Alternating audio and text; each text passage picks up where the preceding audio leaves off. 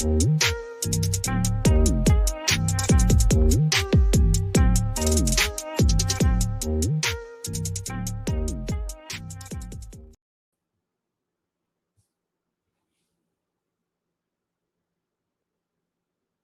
good, everyone? This is DJ's Raw and Cut Truth, giving you the raw content that you deservedly need. I see Macrina Daniel is in the house. How you doing, sister? Also, I want to say RIP to DMX, Darkman X. The brother was very, very talented, accomplished a lot of great things in the music industry, and the best of all, DMX was a real one. He didn't try to act fake when he made it to the big leagues, which is the rap industry. He didn't change up. Prayers for his family, prayers to his kiddos, and let's try as people. Let's try to be the best people we could be. Show love to people, because you never know when your time is gone. You never know. Shout out to Quell Davis. He said, "What up, new media?" Well, it's all good, my brother. So there was just news today that the Bucks are going to be playing without a couple of players. They're going to be playing without, I believe, Giannis. Also, I think Middleton is not playing as well. So this is a break. This is a big break for the Hornets. They got to win this game tonight. If the Hornets do not win this game, if they don't win this game and take the opportunity, it's going to be a tough April. So I'm looking at it right now. Chris Middleton, Brook Lopez is not playing. Also, Giannis, Dante DiVincenzo, Drew Holiday, and PJ Tucker is also sidelined. So the original starting another break. Now, before you say I'm hating or anything, I'm not hating. I'm telling you the facts. The full starting lineup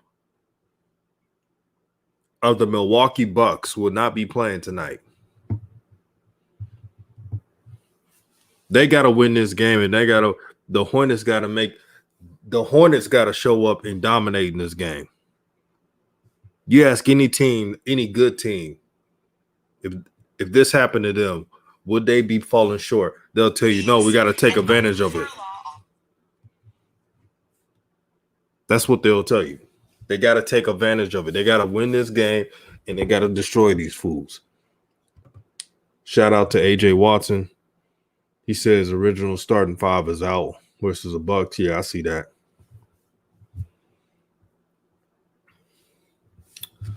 Yeah, they're showing it right now.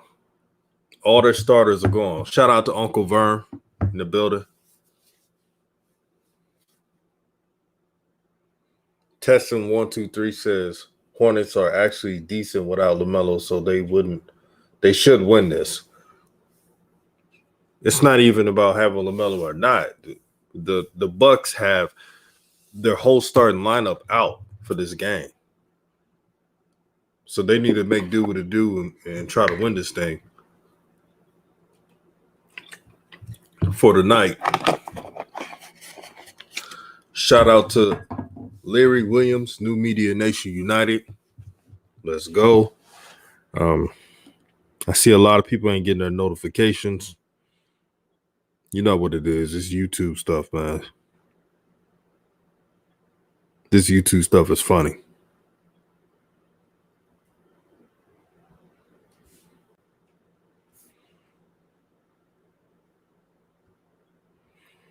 I think that's Coach Joe right there. Let me add him in the chat.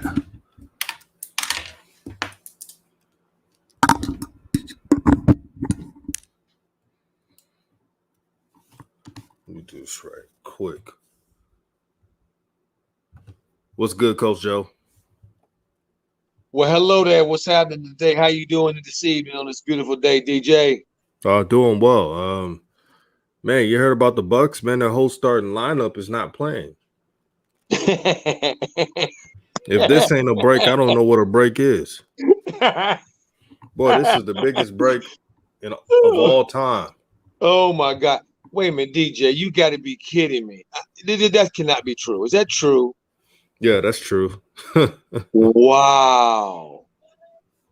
You know, sometimes when the Most High use you in a way, it just blow your mind sometimes. This is one of them times for me. What's up, OG? How you doing? Family, this is one of those times for me because if you go back to a few shows ago, I actually said this is what was happening to the Hornets. Uh-huh. And that's where that prediction came for that Melo's gonna come back in the end. I said the other day. It came from this.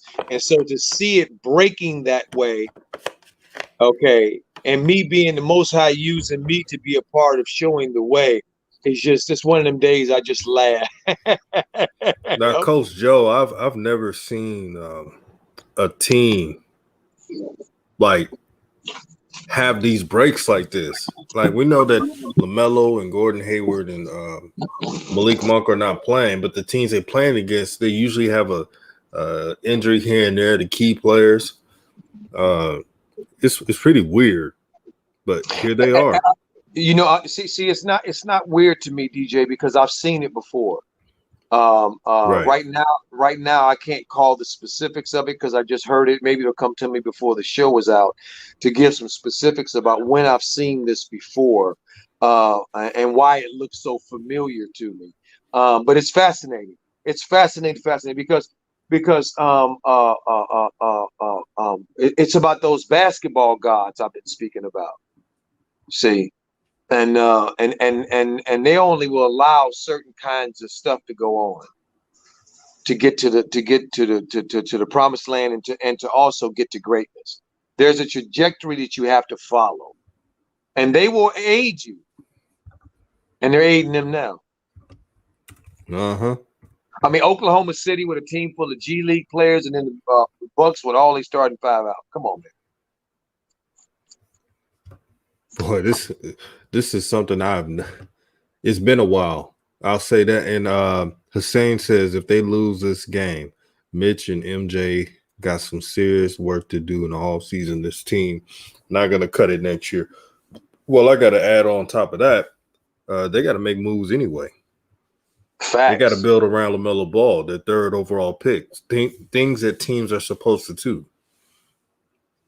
This is not in favoritism language I'm speaking in, because I'm a fan of LaMelo Ball. This is just what great franchises do when you draft somebody in that top 5. And what the Hornets did, drafting LaMelo in top 3. This is what the things you do. When a rookie who was drafted that high shows the ability, that means you got to build around them. Now, the choice is the Hornets. Do they want to stay where they're at, the mediocrity for what, almost 3 decades? I say about 25 years of the organization. Or do they want to move up? That's the choice. We already know the fits on this team. Miles Bridges, he's a fit. And I'll add Brad Watermaker, because he doesn't get in the way and he plays his own style. Those are people you need to surround LaMelo Ball with. Nobody who's trying to be the man, trying to steal the spotlight, none of that crap. So don't get mad at the messenger.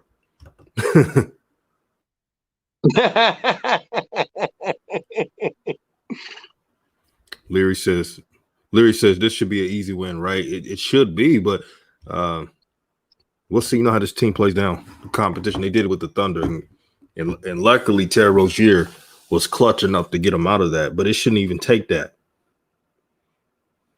Facts. I mean, DJ, you I think you eloquently put that out there, my brother, beautifully a second ago. uh, this is imperative that they do this. This is when you're blessed with an opportunity to have a top 3 pick, and then you find out you have lucked out into a generational pick. I mean, and you also were on the late freight to begin with. You haven't made very good decisions to begin with, and you haven't been moving in a direction anybody really cares about to begin with. Well, you would think that you would say, we ain't gonna keep doing what we've been doing. So they must, Mm-hmm. it's imperative for them to evaluate this roster and to make the improvements they need to make about Melo. He is the future. Nobody else there is the future for anything other than a starring role right now. See, so you are absolutely right. Jalen McDaniel scored the first points, which was a 3. The Bucks scored again, so it's 3-2 from my end. And I'm glad that McDaniel started. He should have been getting playing time. About damn time. Bartrand says, did you see the Borrego? You see what Borrego said in reference to LaMelo getting Rookie of the Year? I actually didn't see it. Coach Joe, did you see it? I didn't see it either. What did he say? Remember, I told you guys I wasn't gonna watch much more of Borrego, so no, I didn't see much of that. Boy, Jalen McDaniel, he taking advantage of this of the starters being out from the Bucks. He's very aggressive.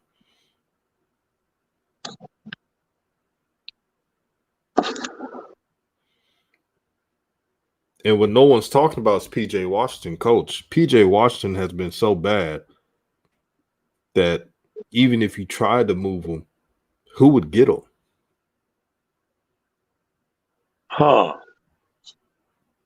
I mean, but he was having he had a decent and a very decent, to exciting first half of the season. He kind of had fallen off there a little bit, but what are they saying? That I mean, they're not going to give him an opportunity to right the ship on this team? I think they ain't gonna move him, even though PJ has been off coach. And it's $9-7. Boy. It's oh man.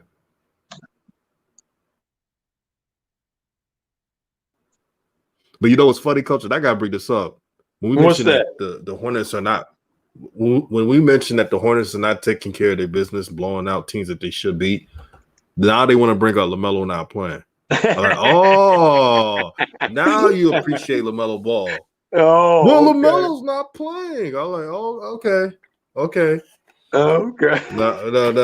Now don't switch up. When we mentioned that this should be, he's the franchise. I can't believe that it's getting like into a debate that LaMelo Ball is the franchise of the Hornets. There's no question. No question. None. Those answers have already been answered. There's no question about that at all.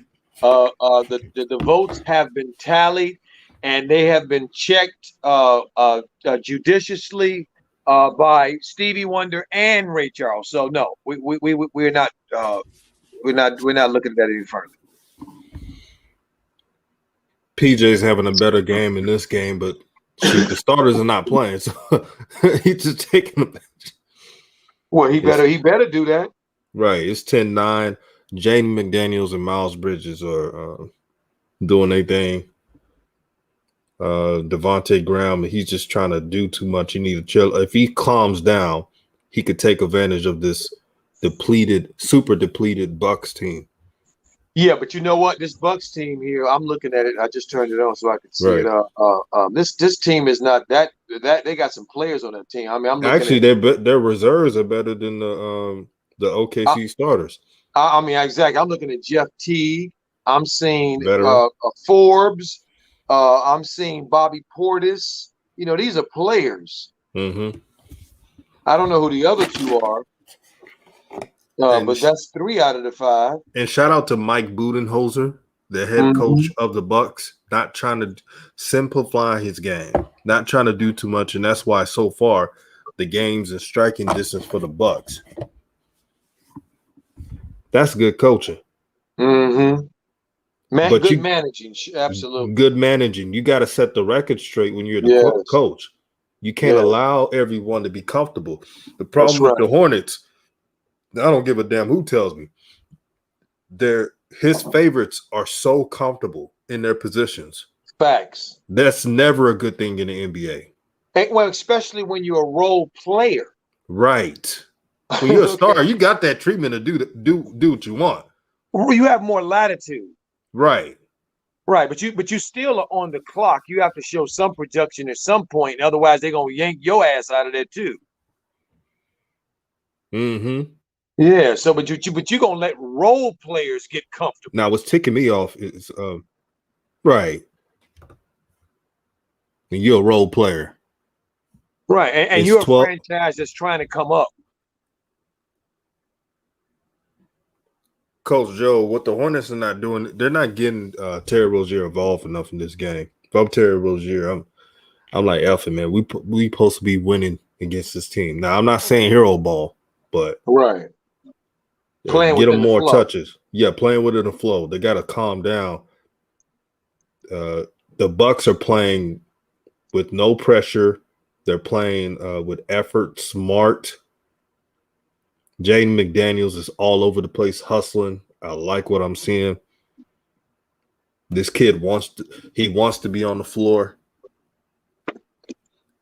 And I'm very disappointed. You know why, Coach Joe? What's that? Vernon Carey. They could have got him some run. I'm talking about Mm-hmm. real run. Real one. Mm-hmm. Real one. Mm-hmm. Yep. I mean, now is the perfect opportunity to give him some burn. You've got a little bit of wiggle room. You've got quite a few injuries. You know, it's about managing the whole team and not being a fanboy of your own team. That's part of the disillusionment that I have with with JB is his fanboy adoration of these marginal players. Mm-hmm. And then the guy that is the heart and soul of your team and the most talented, you give him left-handed compliments left and right. Right. Oh my God, he elbowed that nigga in the back of that head. Oh, I'm sorry, y'all. I didn't mean that wasn't nice. But he did. I just flipped over to the Minnesota Boston game and Big Cat just Marcus Smart just gave Marcus Smart the old big boy treatment of a little boy to him and just gave him a bow right to his head. You know how Marcus gonna try to cook it, forget it for what it's worth. So he acting like he been shot. Marcus Smart, as tough as he is, Yeah, Marcus Smart is a he's pit bull, selling it for man. all it's worth. Yeah, pit bull on the Yeah, court, pit bull. Coach. Come on, man. and Cat is on the record as being soft as Tijuana dishwater. So come on, man. We ain't gonna buy that one. You know, I was cracking about this Hornets team though is all the clutch statistics. They put them on the screen now. You know, offensive efficiency first, defensive efficiency first, net efficiency first, EFG percentage is 68% first, 3-point percent first. Just well, wait a minute. Why? If it's that good, and they first and all them, how they just barely got the head above water? Right. See, that's again trying to sell you a Brooklyn Bridge that they don't have to pay the deed to. See, and I ain't buying it. I ain't buying it either. You know, sometimes 2 years ago, I was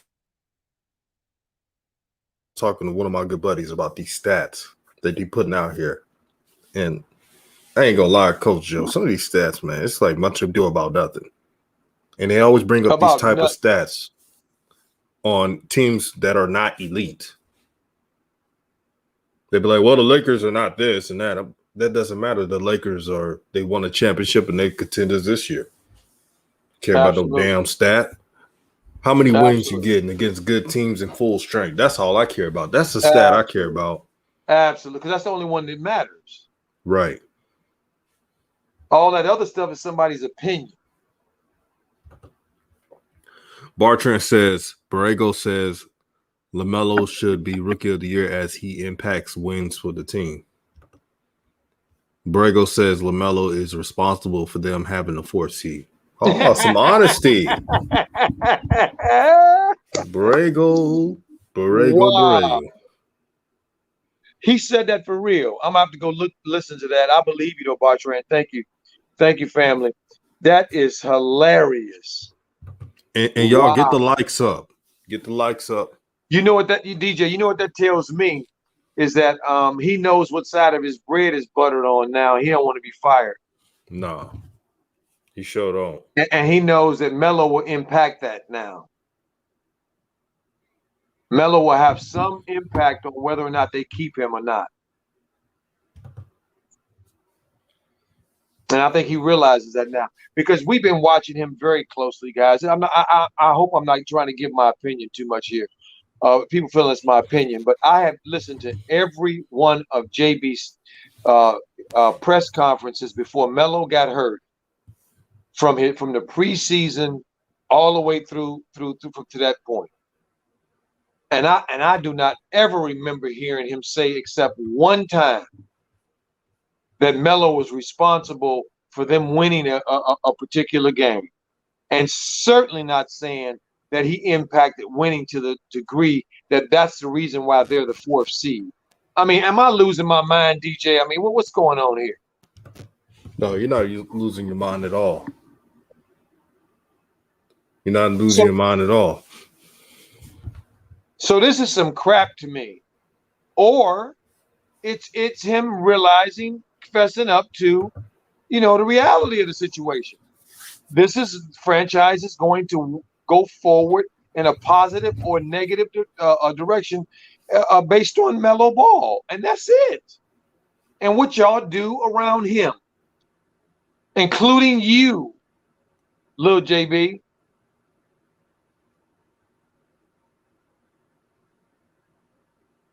Wow.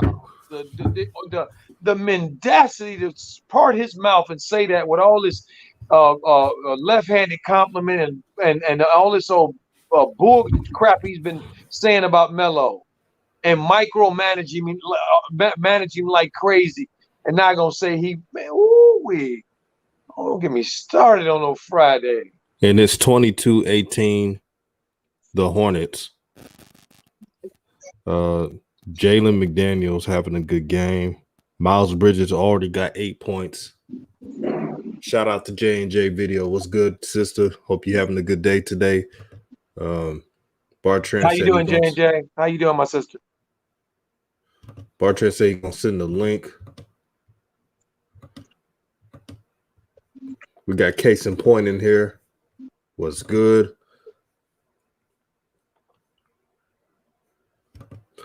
Case in Point said it's not what you say, it's what you do. JB don't mean it. I mean, hey, when we bang on JB, we always lead with that 33% or 34% winning percentage. We don't just give our opinions and lie on that dude. I mean, that represents the actual games that he coached. It's not my opinion or DJ's opinion. Coach, remember we had a shine that said I was hating because I brought up the record of James Borrego. Right. I mean, what are we going to judge? What else are we going to look at? What, his waist size? I mean, what kind of absurd question is that? I mean, see, that's how absurd and silly it gets, DJ. When they reaching for something that makes absolutely no sense at all, but try to tell you this is sense. This makes sense. It's legitimate. It's not legitimate at all. So they pretty much tell us it makes sense because it's the NBA way. Right. Right. So it's the NBA way for their coaches after 4 years being on their team to have a 34% winning percentage and call that promising. Okay. I mean, all right, if that's your barometer. But then I see coaches get fired that are not a part of their tribe that have a higher winning percentage, 50 something, 60 something percent winning percentages, and they get fired or can't get jobs.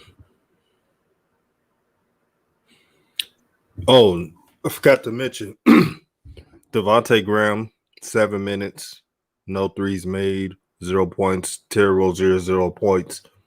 That's inexcusable. You got Drew Holiday out, one of the league's best defenders, not playing in this game, and many players out. And I know it's early, but it's 26-20 now. And Terry Rozier finally hit a shot. And then Giannis's brother scores 26-20. Oh my stars! He wait a minute. He out there Euro stepping, and Giannis is out there imitating his big brother too. Oh my stars! They getting stunted on by the Antetokounmpo brother, the one that taps the flow. Wow! We got Uncle Vern in the building. Hey, what's going on, everybody? Good. What's going on, Coach? How you doing there, big brother? How you doing, OG? Oh man, I'm good, man. Hey, where they playing at? They playing out here in Milwaukee? Yeah, I think they in Milwaukee. Let me see where they at. They're in Milwaukee. Yeah, they in Milwaukee. Oh man, I should walk down there and go stand outside the game and holler for them to win. I don't know if they let the fans in, but I could go down there and holler, blow the horn. I think they letting some of the fans in down there in Minnesota. Wisconsin. Oh yeah, hey, that sounds good. I just got that stimulus check, man. Let me go see what I can do, man. Hey, hey, DJ, if I can get in live, I broadcast live to you. You know what, OG? I would say do that if it wasn't pandemic, but pandemic is they only letting in so many people, and I think you have to be on a list or something to get in. Oh yeah, hey, I ain't gonna try it. If I go down there, I just go down there, ride past a couple of times, blow the horn, say go Charlotte, go Charlotte. Hey, I love the Bucks, man. I love Giannis, man. But I'm telling you, man, you know what I'm saying? You see, like, you know, I see a better future somewhere else, man. And hey, I'm sorry, man. Hey. I'm sorry, man. She look good over there in North Carolina. Hey, it look real good over there. I like what's going on over there. Right. I wish they get Zoe so I could move out there. I'm telling you. Because remember, Melo already told us, property cheap over there. Already know. Hey, man, look here. Hey, don't think I don't know, Coach. When he said, I knew it when he said it, and I knew it before he stated it. And I know what else going on out there too. Don't be fooled. I heard that. Drop the mic says, yo, new media, we in the building. What's good with it, my brother? How you doing today? Veteran React says, yep, look at the Pacers. Larry Bird changes out coaches every year, regardless. Good point, coach. Hey, DJ, tell JJ I love him. I think she sees it, my brother. She heard you. She heard you, my brother. She on the chat. Yeah, hey, she stays on my mind all the time. Every time I turn around, I'm going back looking at her videos. I understand why. She does a great job, man. And y'all be on the lookout for tomorrow. She got a series live stream tomorrow about the chronicles of LaMelo's life. It's really cool. Check it out. She's gonna send the links out for it. But this is my brother Bartran sent this to me. DJ, can I say something about that really quickly here? Yes. I'm so looking forward to that DJ to J&J's watch party tomorrow at 2 o'clock Pacific time, 5 o'clock Eastern time. Is the start of it. I'm so looking forward to it, to being a part of that, and I invite the family to come out and take a look at it as well, be a part of it. Yeah. Go to subscribe to a channel if you haven't. But like the OG said, 2 o'clock Pacific time, 5 o'clock Eastern time. I'm gonna be working tomorrow, so unfortunately I work tomorrow. But I'm gonna be in the chats showing love and support. I'm gonna drop the mic, says shout out to J&J. I'll be watching. J&J video said, hey Uncle Vern. Hey.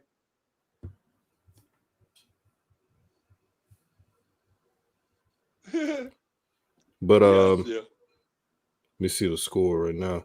Hey, DJ, when the last time you talked to your boy Raphael? It's been a minute, man. It's been a minute. Yeah. Yep. But I hope the brother's doing well, and like all brothers on YouTube, I hope everybody does well and content creates and doing their thing. Oh yeah. Drop the mic says we need to do a new media all-star cast soon. Oh yeah, we'll do.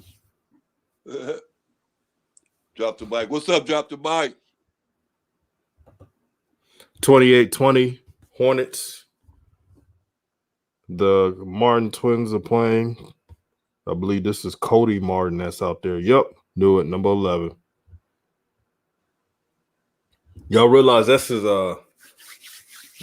Borrego's favorite twin. Out of all twins, Cody Martin is the one he gives the most minutes to. And these one of them gonna be on the team next year. Yeah, I don't think neither one of them will be on the team next year, Cody or the other one.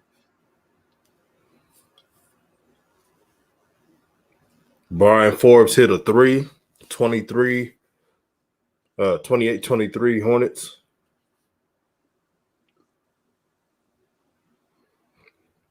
The Bucks ain't giving up, man. They got fight. I respect that. J&J video said, thank you guys. Yeah, they not gonna give up at home. Heck, and this opportunity just for some other people to play. So it's not like Charlotte's not gonna be able, to just not play.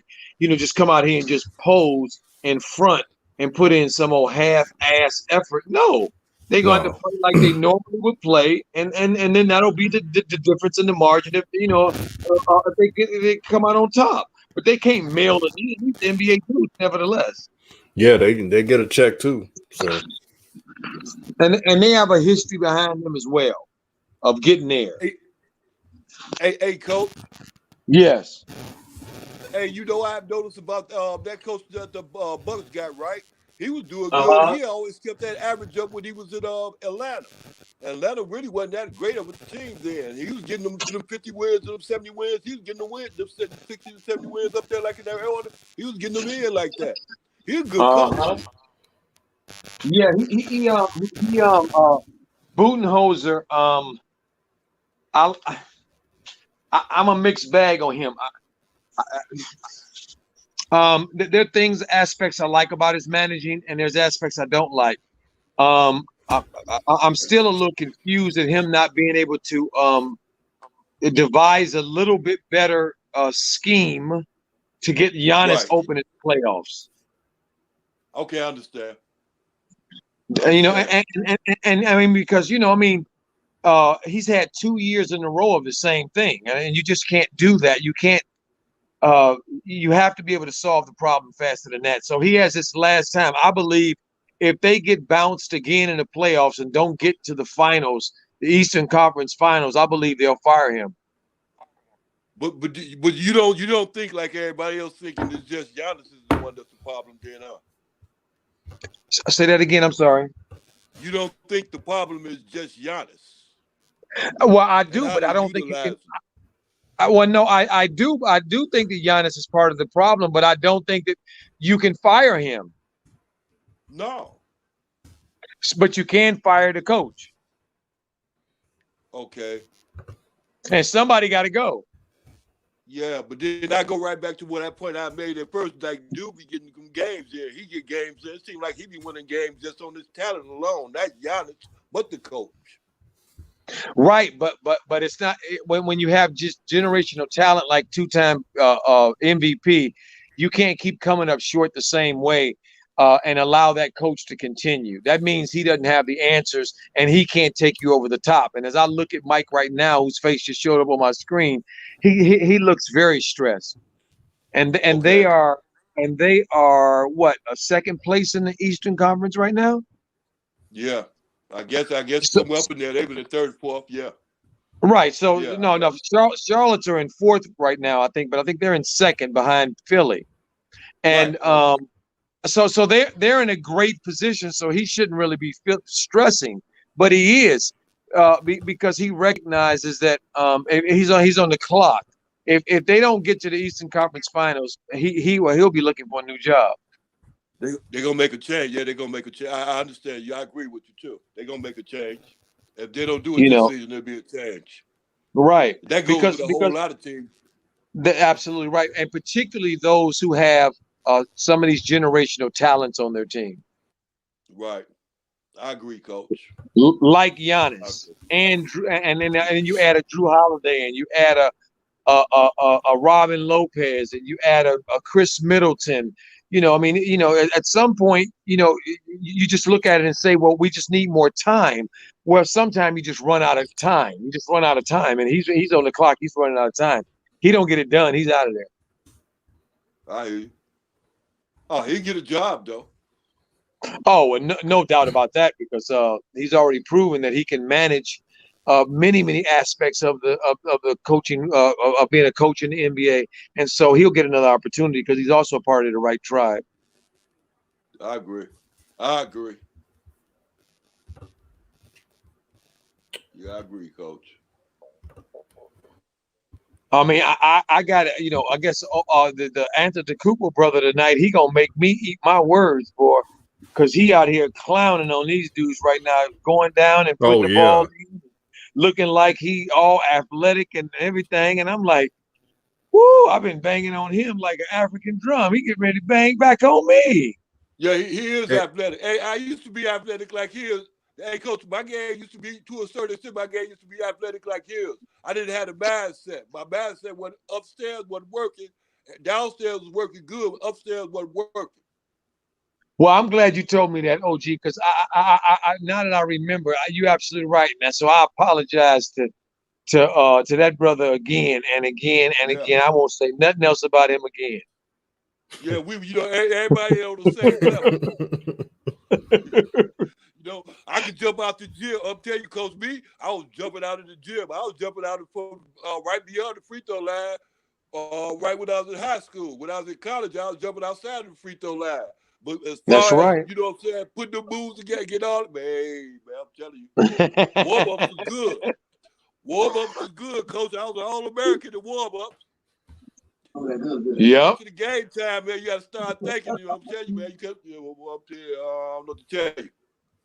It ain't easy. Veteran said, "That's right, Coach. It's still the NBA."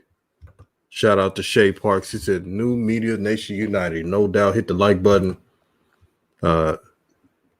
Miss Nichols says, "Hit the like button, family." Veteran React says, "You guys need to keep an eye on for Shaka Smart. He's going to be a good coach in the future." Yeah, he got that job in Marquette. Oh, did he? Yeah. When? This year? Yeah, he just got it like 2 weeks ago. He Oh. didn't get fired from Texas or anything. He just took the job opportunity before he could ever get fired.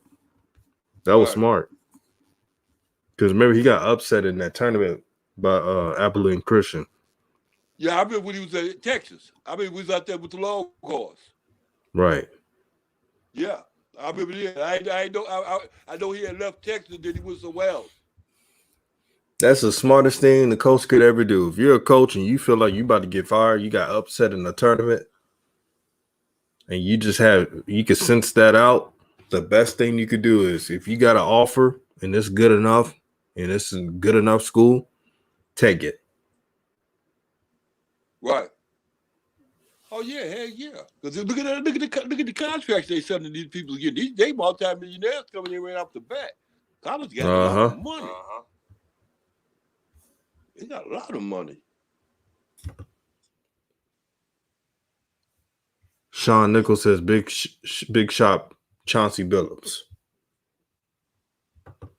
I just want to say that for myself, I like Shaka. Smart. I like his ability to coach at that level.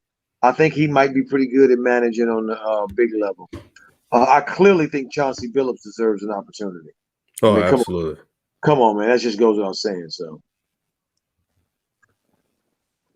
Chauncey gonna get it anyway because he already hooked up with the NBA. Actually, he in line to get it. Yeah, he hooked up with the NBA, man. You stay hooked up with the NBA, you know, just keep your nose clean and stay all right. You all right. That's a good place to be at. You want to be successful. Larry Williams says, Coach, he has a lot of will. He may not be the most skilled, but he got that dog in him. What are you talking about? Which player are you talking about? I can't remember who he's talking about. Which player was he talking about? Yeah, I'm trying to figure out which one. Larry Williams, let us know which player you're talking about. Shea Parker, the score is right now. Oh, he's talking about Giannis. He's talking about Giannis. Yeah, he does have, but my brother, all that sounds nice and beautiful and makes good greeting cards, but you don't host no trophy with that stuff. You better have skill. Mm-hmm. You better have skill. You better Jalen have McDaniels with the you three. Better have know-how. You better be from his position as the number one. Okay, as a two-time MVP, you had better be a lot more talented and a lot more skilled than he is to get to the mountaintop with all this competition that he's got to get through and get around. See, that's the only thing we're saying here. That'll just go for Giannis. That go for what's the name out there in Philadelphia? The one don't shoot 3-pointers. The can't shoot from the outside. That go for him too. Facts. Right. They keep on acting like you just don't have to or need to get up over anything. Giannis is trying. 39-29 Hornets. See, the problem though, OG, is that when you two-time MVP, you ain't supposed to still be trying. Right. I agree. I have to agree with that. Because that try don't get you no A's and B's. Facts. So the leading scorers, Coach Joe and Uncle Vernon, leading scorers so far is 42-29, are Miles Bridges with 13 and Jaden McDaniels with 10 already in the first half.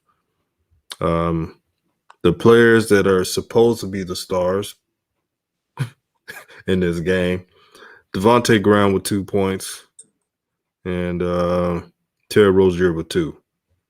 But again, this is the first half. I'm sure they're going to get their shots in the second half. It should be a tight game. I see the Charlotte coming out. Just on the strip of what Coach was saying before. You know, it might be in their favor.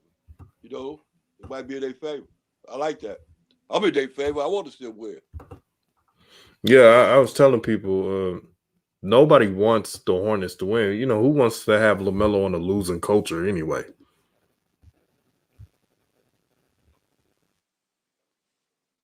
Right. They dodged a bullet in this game. And it's okay to say that. No one should get mad about telling the truth. And shout out to Queen Royalty. She says, New Media, thank you for supporting all the videos. It means a lot. They said Giannis sprained his ankle. away. Okay. Veteran React says, Coach, if the Hornets pulled the first round upset in the playoffs, could we see LaMelo back playing?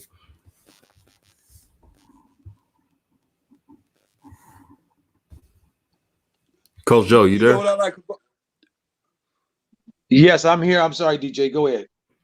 Yeah, this question is like, it says, Coach, if the Hornets pull off a first round upset in the playoffs, could you see LaMelo come back playing? I think there's an outside chance that he could come back playing with like a week left to go in the season. I think if all goes well. Right. So, and it looks like all going well because he out there shooting left hands. I mean, out there dribbling with his left hand on the court, shooting left hand shots and doing all this stuff with his left hand. So clearly he ain't hurt. See, and I've been in a few casts in my life. I've been very athletic in my life. I mean, very active in my life and athletic. But I've been in a number of casts, and I know a couple of them times I just couldn't wait for him to get the thing off, and they didn't get off quick enough for me. So I was in the bathtub a couple of times with some hot water and vinegar and some razor blades cutting that thing off. So I can understand Melo going that way too. So if this thing is healing, he might be getting that thing off quicker too.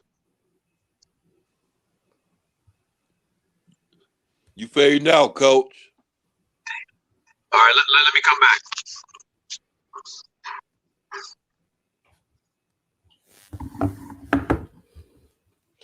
Hey, but DJ. What up? Hey, but you know what I respect about Giannis, though, man? But one thing about him, he did get in that weight room. Yeah, he did. You can't take that away from him. And let me see. Coach is back in the building. Yvonne T said, "What's up, gang? New Media Nation United, man. We doing good. It's a blessing." How you doing, Vontae?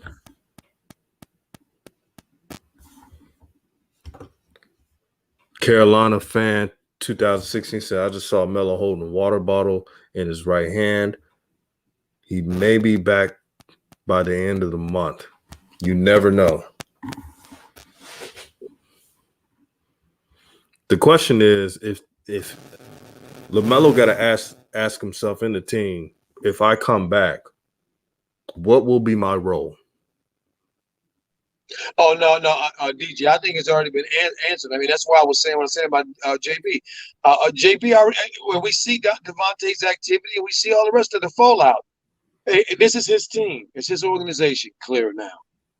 The coach was the last dude on the ship talking about Devontae and how much he can contribute to winning and all the rest of this program and all that. He ain't never said nobody other than Devontae was responsible for their winning up until this point. And he certainly didn't have to say anything about Melo being that person. So for him to say that, I mean, it's over. Now it's just time to get to work. Stop wasting time.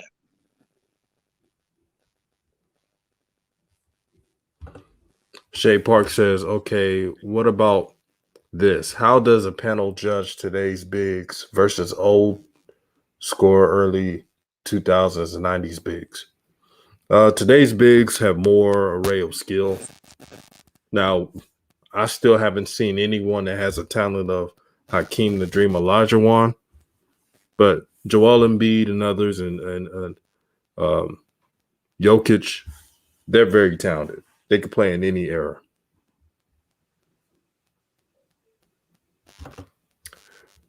AJ Watson, thank you for the $2 super chat to help grow the nation. He said Jalen should be a full-time starting center. He's a lot better than Bismack. Definitely better than Zeller.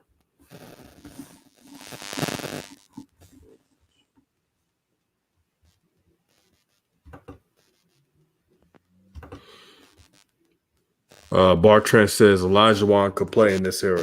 Yeah, he could play in any era. Well, Olajuwon was tough to deal with. And this is going. What'd you say, Uncle Vern?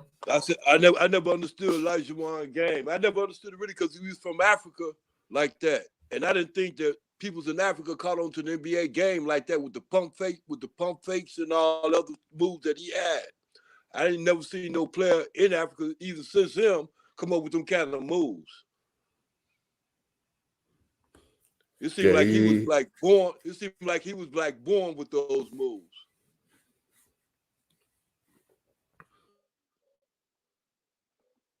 You don't see too You know what, man? You know what Hornet fan I respect the most? Moneybag Lawson on Twitter, man. This dude said on Twitter, Graham is a glorified 6-man, and we better not pick him over Malik this summer. No, I think Malik on the way out the door. He wouldn't get that number up, and I think he on the way out the door. I agree. And Elijah next year. And Elijah Wan to me could play in this era because Elijah Wan had great feet. And coach, know how great your feet have to be when you're a big dude. You got to have great feet. And Elijah Wan had great feet. Yeah, pivoting. Moving that big old body. Boy, I'm telling you, boy. He had moves, coach. He had more moves. What they call him, the dream shake. He had more moves than a milkshake. Facts. Yeah. And like I said, when I said it I didn't understand it because I watched the African players come from Africa and they played the games how they played it. And he played like he was Lonzo Ball or somebody because he was smart. He came with the smart and then he made the moves like that. The moves is what got it. Elijah Wan to me gave me one of my first appreciations of looking at soccer because soccer was his first love and he was a pretty good soccer player and he outgrew it. But, you know, it was his love. And again, you have to have great feet to play soccer. And he always had great feet. And so, you know, Elijah Wan to me, you know, he could play in any era, man. When you had hands the way he had hands and you had feet the way he had feet, it's just difficult in any era to deal with that. I agree. Boy. Yeah, I like the game. So it's 48-39 Hornets. Bucks are trying to come back, but like I said, they're out with 5 starters. The Hornets, they better put the pedal to the metal. Jalen McDaniels with 14 points, shooting it well efficiently, 5 for 8 from the field, 2 for 2 from 3. So he's doing his part. Miles Bridges, again, being consistent. Every time Miles Bridges has an increased role, he takes advantage of it and he plays his game. He doesn't rush the process. And I hate the word the process, by the way, but I'll say it on there. He doesn't rush the process at all into developing the offense. He knows who he is. He's not trying to be something he's not. And he's definitely a player that you want playing with LaMelo Ball next season. They better find a way. Now, when I say they, I mean the organization better find a way to keep him. I agree with that too. What the other young dude doing? The one that just now having the kid. The other guy. PJ Washington. Yeah. Yeah. I mean, he's there. He has 5 points and 4 rebounds, and Tim, you know, he's there. I hear you. 41-48. What's the score now, DJ? 48-41 Hornets. Okay. Are you right with me, DJ? Wow. Okay. I mean, I'm usually ahead on the feed, but we right there together today. Oh yeah, man. You know, in the West Coast, it just depends on which channel you're using. Exactly. Really, device. No, you hit the nail on which device? I have different devices. When I'm on my iPad looking at this, I'm ahead of schedule. Ooh. Miles just BC Miles beat that. Come on, Terry, knock it down. There you go, Scary. There you go, Scary Terry. Good job. Yeah. Terry. There you go. There you go, Scary. Miles beat it off the glass. Terry knock it down from 3. Like that. Back at you. Who is that? I don't even know who that dude is. That's Nora from Louisville. Oh, okay. Yeah, he's got good potential. Yeah, Boy, the Bucks know how to They know how to draft, coach. Yeah, Terry said, back at you that now. Rah, rah, rah, rah, rah, rah, rah.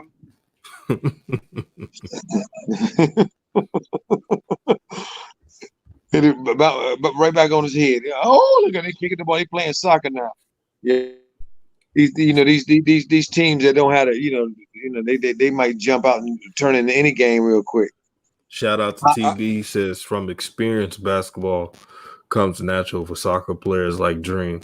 Oh yeah, it definitely does, man. Facts. I love watching them play. Hey, DJ, I got to second that that most of you just said about the Bucks be coming up with some good when they coach staff be coming up with that coach staff, but they behind some good players. They do. Right. Once you said it, they really hit me, and I said I had to think about it. I said, yeah, you right though. They do be coming up with some good ones. They let that one go though. The red hair one out there in the ladder. That one got past them. Why? Because they opened up their mouth too fast, DJ. Uh-huh. Yeah. And that young boy out there, he be getting it in too, DJ. They let a good one get past them. They suffering for that one right now. Bartrand says everybody is doing Olajuwon step back today. One leg step back was not Dirk's. You're right. It was Olajuwon's. Nora again, pull up. Hey, Coach Joe, didn't I tell you about Jordan Nora? He's keeping him in the game. He's keeping him in the game. Kid got heart, man. That was bad. But you know what else is keeping the Bucks in the game? Who? Cody Martin in the shadow defense. that shit Cody right Martin there is not defense. It's Cody Martin the spook that sat by the door. He helping the other team. That's the number one player I do not want to come back. I know we joke about Devontae Tebe Graham and all, but this guy right here, the Cody Martin. He is a known offender of looking off LaMelo. Yeah, every time. Yeah. You know, I hate to say it with an attitude like, you know what I'm saying? You know, like he think he belong. Anytime you get to anytime, understand it though, DJ. Anytime you get to the NBA, bro, you belong. First of all, you got to make them show that you can stay. So I don't see him staying too long, to be honest with you. Right. Yeah, I like that last shot, little Norwood, the dude shot that guy. He was a brick, but I want him to keep shooting them because see, dudes like this guy right here, he'll help you out. Look at where you throw the ball at. Oh my God, this looks like a comedy getting ready to break out. But he'll start thinking that he's Steph Curry and he'll just start launching. Before you know it, he'd be shooting 25%. Shout out to Elijah Shaw. He said, "What up, new media? Trying to watch the game from work." Yeah. Keep up with the chat. Thank you, my brother. And we got almost 60 plus in this chat. Hit the like button, share. And if you haven't subscribed, subscribe to the family because it's a family. I tell you that. It's a family full of positive energy. Still 56-48. Namadi with the rebound. And I know that Terry Rozier missed that shot, but, you know, it's all good. You know, keep shooting. My thing with Terry Rozier, when you miss your shots, don't stop playing defense. There'll be times when Terry Rozier, when he's missing his shots, he's like, okay, I'll defend. He get that lackadaisical mindset, and that's not conducive to winning at all. But I'm happy for Jalen McDaniels. Jalen McDaniels have been proving everything about damn time. And just wait until Vernon Carey actually plays. And I know it's the G League. I know that Vernon Carey played in the G League and didn't stay.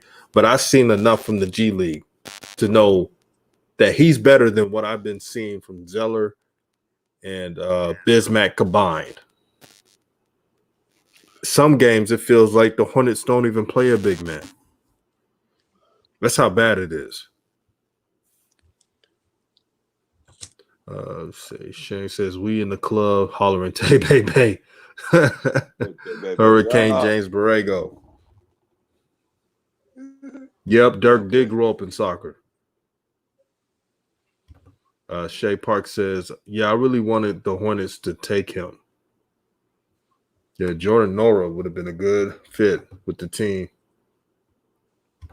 Mason Nichols says, "Giannis or AD?" AD, because he got a jump shot. Got a jump shot. Yeah, AD ain't nothing but Giannis with a jumper. And he know the game. His mindset is better than Giannis. Man, any day. AD. I can't wait. I can't wait till LeBron and AD get back. Hey, DJ. What up? Did you watch that LA game last night? You said yeah, I did, man. How did you think? What did you think about Drummond in his game? How do you think he performed? I think what I had it right from the beginning. I don't see him as a savior, but I do see that he fits a need for the team. Is that need? He do fit that need. That need up right in the round. I see it too. He did it real good last night. Now I blame I blame Uncle Vern. I blame old media and Bubba Gump Shannon Sharp for trying to act like he Kareem Abdul Drummond out there.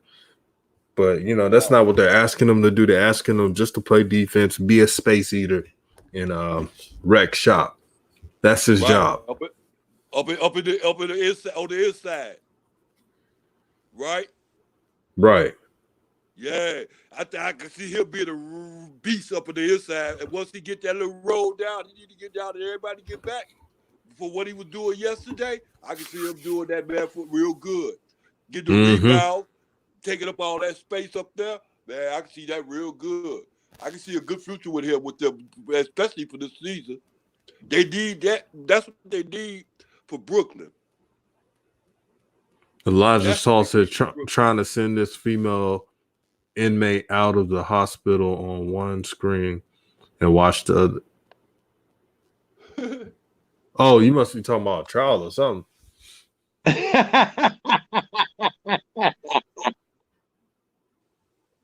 Hoop Jargon's like, Vern. What up, Jay? What up, what's up, HJ, man? How you be, man? Hey, been moving, HJ. Ain't been seeing you, man. You're moving, man. I'm trying to catch up with you, man. Where you at, man? Man, he in Cali.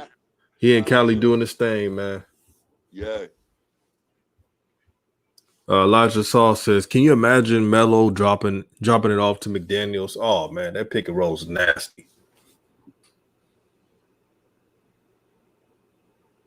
You still be talking about McDaniels, man. I can't even place who this brother is, man. Man, he's the one that's filling up the stat sheet for this game, man. Yeah, I hear you. Veteran React says, "I wish Shannon Sharp would stick to football. His basketball analysis is trash." He tries. Yeah. Hey DJ, did I just hear you say that Hoop Jargon's in my city too? Yeah, he in Cali. Oh wow, okay, I didn't know that. He's living in Cali. Okay, all right. Yeah. AJ something else, man. Hey DJ, when I saw him and I saw his face, I said that nigga look every bit of 6'7" too, don't he? Look, that's 6. Look, hey coach, that's 6'1.5" or 6'6". He look every bit of 6'7". Facts.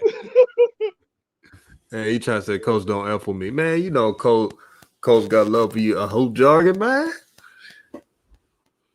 Hey, but hey, I'm glad. Let me address it. DJ, can I address that right fast? Yeah. Okay, look here, HJ. Look, man. Look here, man. Everybody got their opinion. Everybody ain't gonna agree with your opinion all the time. I see that you're still young, bruh. Sometimes we gotta be wrong when we grow up.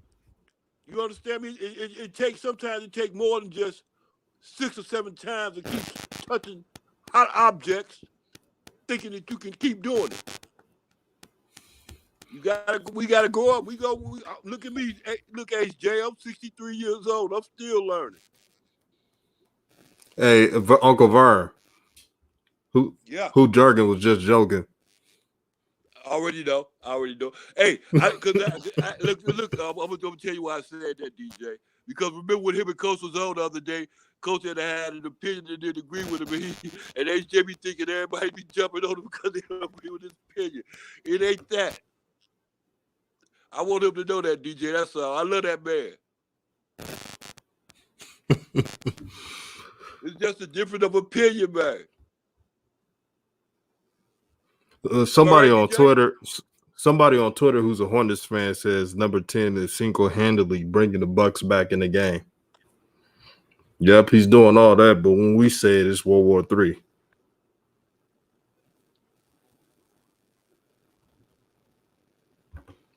Sean said Uncle's a fool. Yeah, The OG. hey, I've been called worse, man, but better. All right, 66-55 Hornets. And as I predicted, Devontae Graham and Rozier, they finished with 8 points so far. Miles Bridges was 17 in the first half. Damn. That's really good.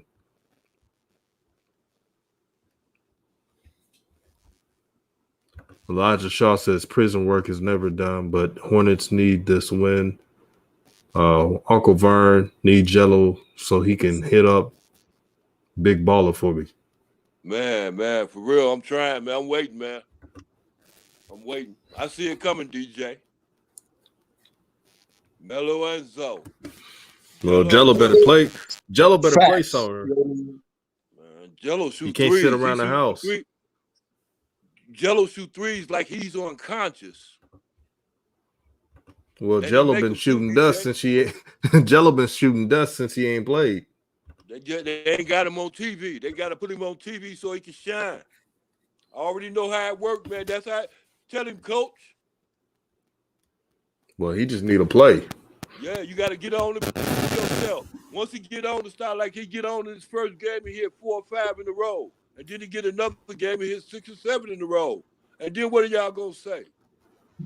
They going to say, damn, we was wrong. He could play. I see it. Hey, coach, look here. I'm going to tell you something, coach. I'm going to get to you just like this. It's simple and plain. Look here. You ain't going to be playing basketball in Los Angeles, Chicago, any one of these cities, averaging so many points against teams that can do the same thing. Sometimes you find weak teams, but a lot of times you don't. And then you start winning championships and you keep that average up. A lot Oh my God.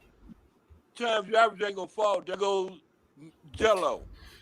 Play with this better competition. I still see them shoot that dang ball out there going in. Either you know how to do it, you don't know how to do it, coach. Facts. And Right. look. Anybody know anything about it? No, doggone well, Jello can put the ball in the basket, man. Come on, man. He was a leading scorer in California history. So many great players come from California playing basketball that could put the ball in the basket. It's not even funny for him to be up there in the top 3 or top 2 is ridiculous. Clearly, the kid could score. Come on, man, please. I ain't saying the best defensive player. Hey, Shay. Hey, HJ. Vern, what's up, Vern? Hey, what's up, Killer? What's going on with you, man? I missed you, man. Man, I've been trying to do these lives like DJ, man. DJ showed me the blueprint, man. So I just got off a live I just did, man. So I saw DJ was live, so I had to holler at my boy, man. Yeah. Right. Hey, Shay, baby. What's up? Hey, what's wrong with you? None, just I'm frustrated from the other night. That's all. What happened, man? Your boyfriend left you? What happened? Your bill ain't No, come through? What happened? no, a conversation. I'm just frustrated by it. It's bothering me. That's all. I hope you feel better. Me too. I'm trying to feel better. Well, let's lighten up the mood, everybody. So the Hornets are somewhat taking care of business. They went in by 11 points. Doing what they're supposed to do. Now they're supposed to be up more, but hey, let's not be too picky. Don't want to piss anybody off. Right. but but I don't know. For some reason, I have a feeling that the Bucks are going to try to come back. I don't think it will be enough, but I think they'll show some grit in the second half. I like the players for the Bucks, the role players, the Forbes. He can shoot shots. Jeff Teague is a veteran. He knows the game. He played with the Celtics the other season. He's a veteran that just knows the NBA. And Bobby Portis, he's been in the league for a while. Nora seems like a promising rookie. Got 9 points already. And Giannis's brother, he out there just being an energized guy. And I got to give Giannis's brother credit. He didn't sit there and sit back and allow the process of trying to make the NBA determine his future. He literally put in the work. Yeah, I agree. Now you gotta That's have his brother helped is too, that but he Giannis? did put in the work. Huh? You talking about Giannis? Yes. Yeah. Yeah, he was going to those leagues overseas. He was putting in that work. Now Giannis helped, with the name and stuff, but let's not act like Giannis didn't go overseas and just put in the time to eventually get into the NBA.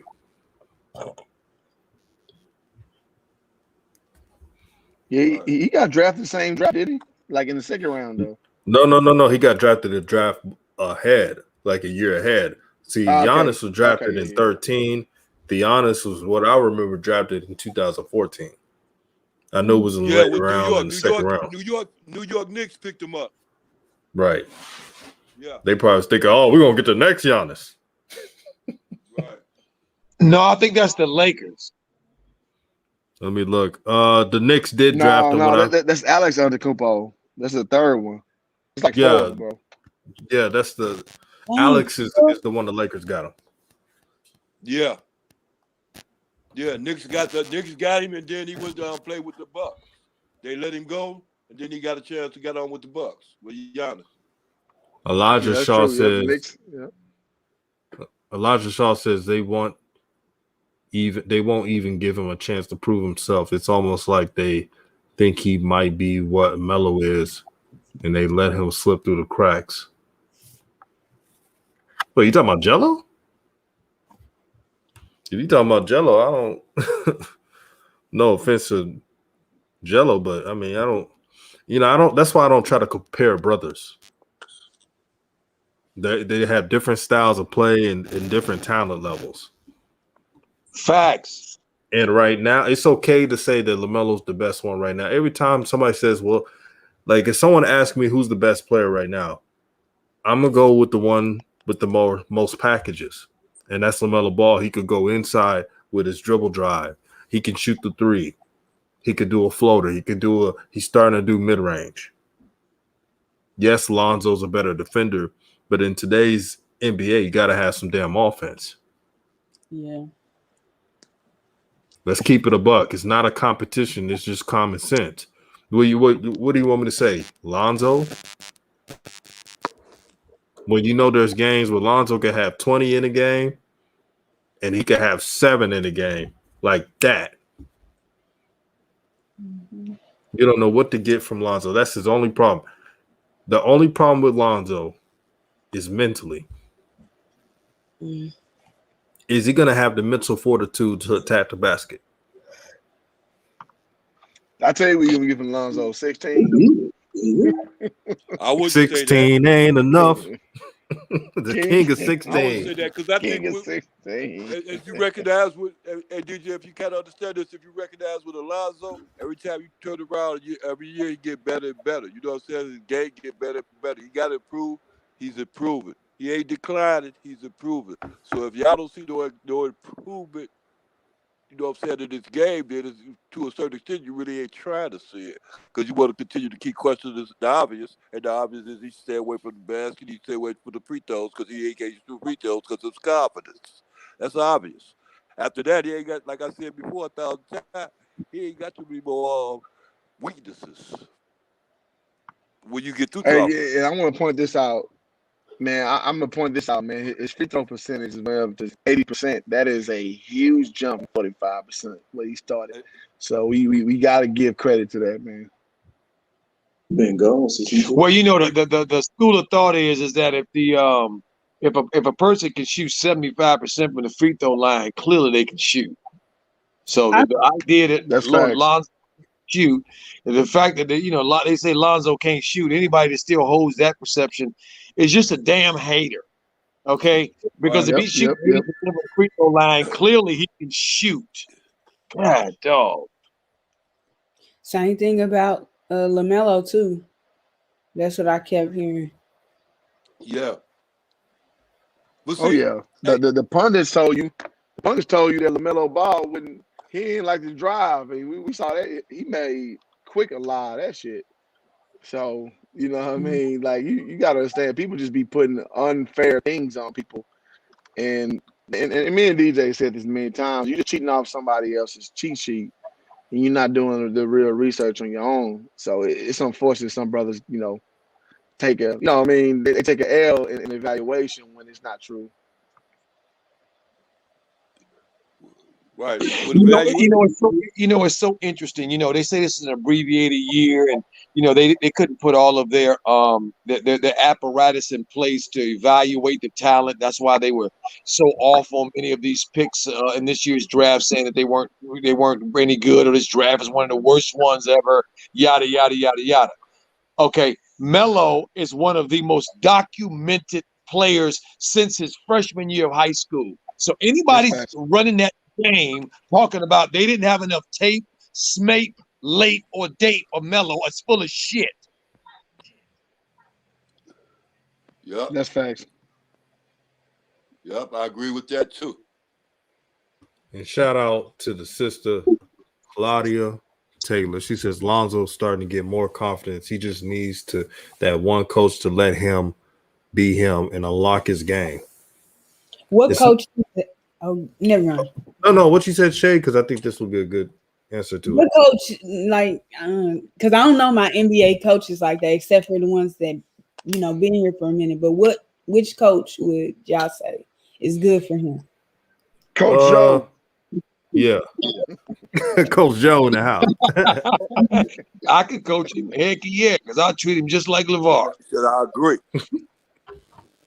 He said, take it to the damn basket. Yeah, absolutely. And he just LeVar done told us how to treat all his boys. He told us how to coach them, what they respond to, what they don't respond to. If they don't want to listen, that's fine. I would listen.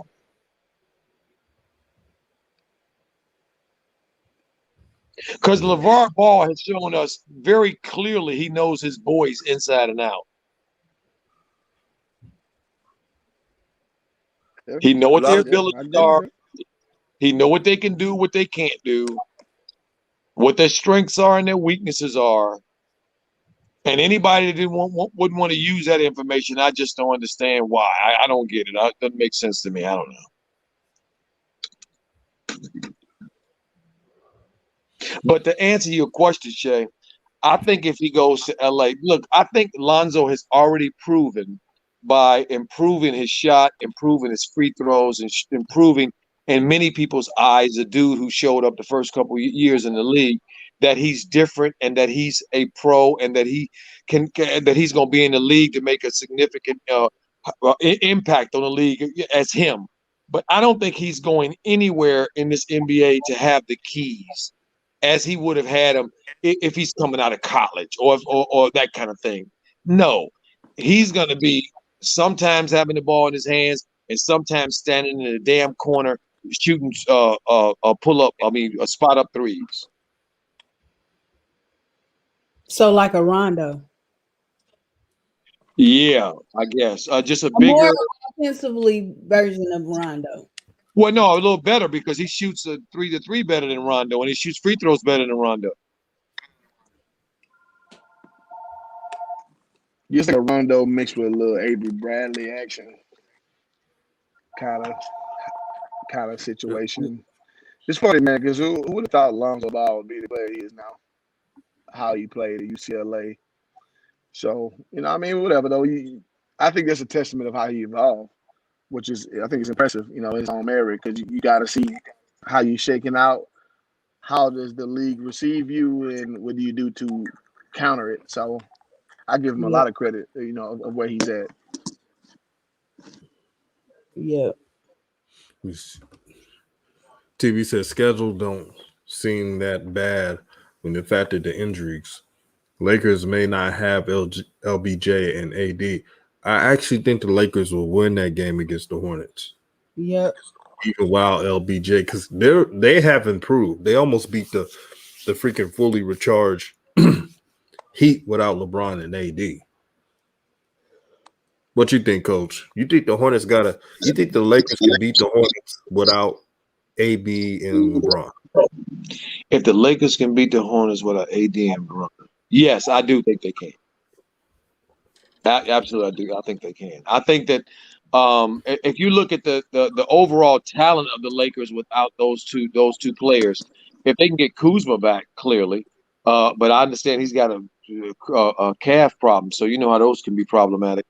So I don't know without a Kuzma. Now, if Kuzma's there and THT is there, and anybody else is there other than LeBron and AD, yeah, I think they're better than Charlotte. The way Charlotte is without their dudes.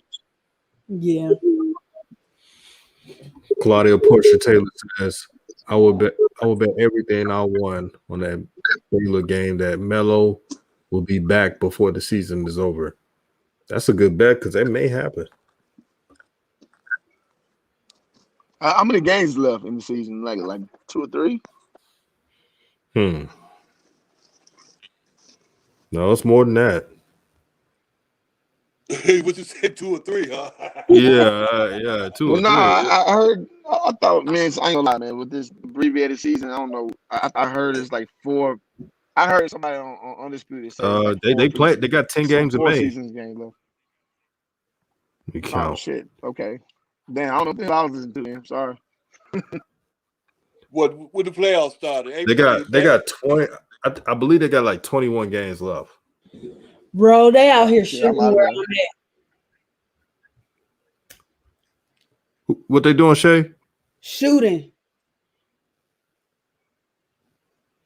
Yeah, it's 66-57 Hornets. 68-57. Jalen McDaniels again. If you're tired of hearing his name, I'm sorry. He's just balling out right now. Just waiting on the cop cars to start. Hey, I want to give an update here. The Pelicans are playing the Sixers tonight, and Embiid is back. Okay. And the Pelicans, it's 108. They are 108 to 96, I think, or 98. And Zion's got 35 and 15, 37 and 15. Mm. Ooh, this will be a huge win for them. Bi's back for the first time. This will be a huge win for them if they can beat this Philly team. With Philly, all they do is it's 92 to 100 with 108 to go. And Lonzo didn't even play in this game. Oh, he didn't? No, he didn't play. What happened to him? He was back, wasn't he? Yeah. Last time I heard it was cramps, wasn't it? He didn't play at all. Hey, Coach, now you beginning to see why that deal didn't go through and everything. You beginning to see the after effects of that deal not going through. Lonzo ain't gonna be shy to get a chance to shine as much as he was doing. He's gonna be sitting down. He's gonna be hurt for a while, a little bit. Well, there gonna be a lot of good games. Not for him. Damn, Isaiah Thomas ain't even got in the game either. Shit, that's crazy. And I didn't even Wow. know Isaiah was on their team until yesterday. Yeah, they signed him to 10. Oh, okay. I didn't know that. Zion Isaiah. Williamson, he's playing in this game. He played at a level that was just unstoppable. They couldn't stop him, meaning the Sixers. But I think the Sixers will be fine. This is just a bad loss. Yo, man, this shit is crazy. Claudia Taylor says they are really scared to give Jello a shot. They don't want to have egg in their faces like they do with Melo. You know what? I'm gonna say this. If they really wanted to prove a point that Jello wasn't ready for the NBA, you know what they should have done? As soon, and Magic should have done this, if they really wanted to prove a point. Because remember, Jello had an ankle issue. They should have invited him to the G League after Jello found out that he wasn't drafted. That's what they should have done. If they really wanted to prove that he couldn't play in the NBA, just do that. He wasn't really 100%. Hey man, spoiler alert. Jello just not that good, man. We gotta stop this, man. Oh, yo. Sit Oh, his man. Who's jargon out here? You trying We gotta stop this. B-Fax was in there? That would have been funny, though. You and Ball Yo, Fax. I want him. Yeah. You know, Ball Facts is Team Jello all the way, and I want Jello to do well, man. I do, man. But let's just be honest here. Come on, guys. I mean, I'm sitting over here looking at this Sixer game here. It's a minute to go. Bi up there knocking down a few. Stan Van Gundy looked like he's about to have a stroke, man. God damn, they need to get him on a monitor or something. Oh, this season's stressing him out. You ain't lying, or he need a drink. Yeah. Somebody need to tell him chill out, hey, brother. you know, AJ. What's up? AJ. Hey, you know what I kind of wish? I was Jello would have went to Kilgore. And if he'd have went out there, he'd have got some gangster in this game, huh? Hey, he need to go to Kilgore. He need to go to Algor. He need to go to. Hey, AJ, that's all he's missing is some gangster in this game, ain't it? Hey, you need something. Oh, man. hey, OG, you want to send Melo to Kilgore, dude? No, you don't. Are you or Kilpatrick? Which one? No, I said he should have went to Kilgore.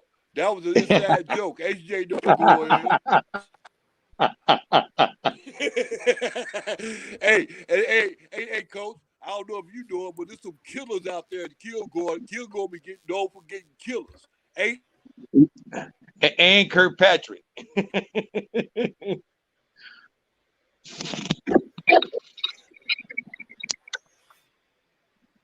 Yeah, big win for the Hornets, boy. They beat the Sixers. A big win for them, boy. I mean, for they needed that. Big win for the Pelicans, boy. Mm-hmm. Sure is. Said, thanks, coach. I'm about to crack the wine. Oh, we got our subs cracking wine and chilling. This is a show, man. This is Well, Claudia, you right on. Well, you have a toast for me there, lovely.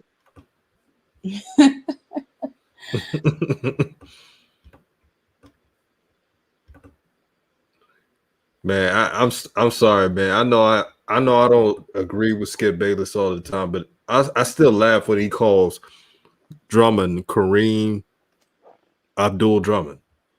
Who? Skip Bayless. Every time he calls him that, I just bust out laughing, man, because it's clever, but it's really him making fun of Jeannie Buss posting that dumbass picture. I'm sorry, but that was dumb. Skip Had him and OG. It was the same picture that Dr. Buss had when he first acquired Kareem. from the Bucks. Really? Yeah, that's why he jokes about it. Oh, that's funny. That's funny. Elijah Shaw says if you watch the Ball brothers in high school, didn't think they were going to the NBA, you need to go back and watch every game. As I have many times, you can see Jello's per shot. Well, we all know Jello got the 3-point shot. But he got to work on when he gets to the NBA, if he gets to the NBA, because I don't want to, I don't know if he is. Goodness, bro. It's just the reality. Jello needs to work on how to do stuff besides his one skill, which is you got to do more than just shoot threes. You got to be a defensive ace. You got to get rebounds. You got to be a junkyard dog. And if Jello can find that niche, you never know. He may be in the league. 79-67 Hornets. Boy, Coach Devontae Graham, man, he be shooting shots like he's Steph Curry. Yep. Golly. Like, chill out, bro.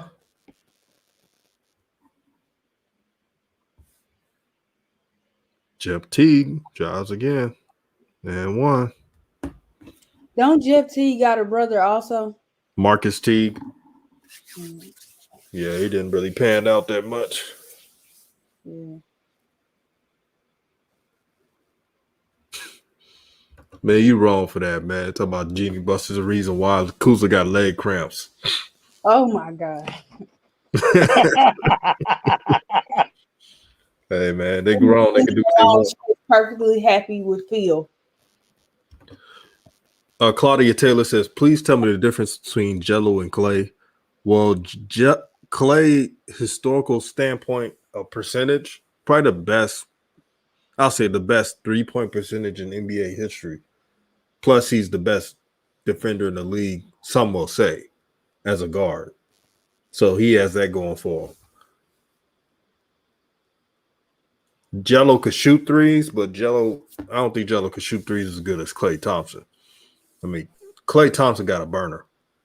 Right. Now, wait a minute. Are you comparing an NBA 3-point champion to a high schooler? Come on. Oh, Lord. Who Jargon, what you think, bro? Hey, he's probably not even there. Terry Rozier getting his shots up. 81. I'm going to hop in just a second. Give me 2 minutes. I got y'all. All right, for sure. All right, he making dinner. But like I said, Claudia, I hope Jello gets to the league, but he's got to get some running. He got to play any type of basketball. And the good thing about Jello, y'all tell me if I'm wrong or not, whatever he plays, the cameras will be on him. Mm-hmm. It could be from Timbuktu. It doesn't matter. He's going to get looks from any social media site whenever he plays. I don't know what they're trying to do. I don't know if they're just hoping to wait and see if his brothers can get him on. But he's been without basketball for what, 3 years almost? Facts, DJ. You know what I mean? I mean, you can't be one of the you can't be one of the Jackson 5 if you ain't listening to the background. Come on, man. Mm. Coach Joe, if we compare, so what would Jello be in the Jackson 5? Tito? Right now, he would be Joe Jackson's illegitimate child. Oh Lord. He would not nowhere where anybody can see him. Mm-hmm. I mean, when you compare what Jello is right now, what Lonzo and Melo is, come on, man, it's like a different universe.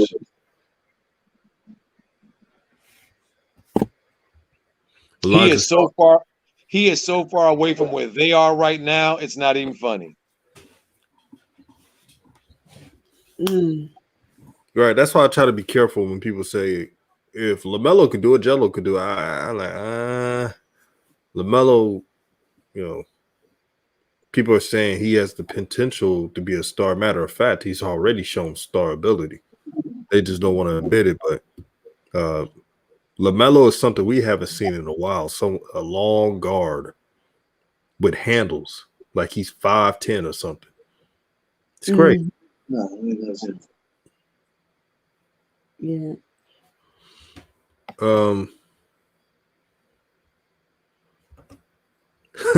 Radar says Jello or Gordon. Well, y'all gonna think I'm crazy. If I don't have to take that $120 million contract, bring on Jello. Jello. How long will he be out for? Gordon's out. He was out for 4 weeks, so this will be his 3rd week. So I believe 3 more weeks. But then again, it depends on Gordon Hayward. He's not really a quick healer.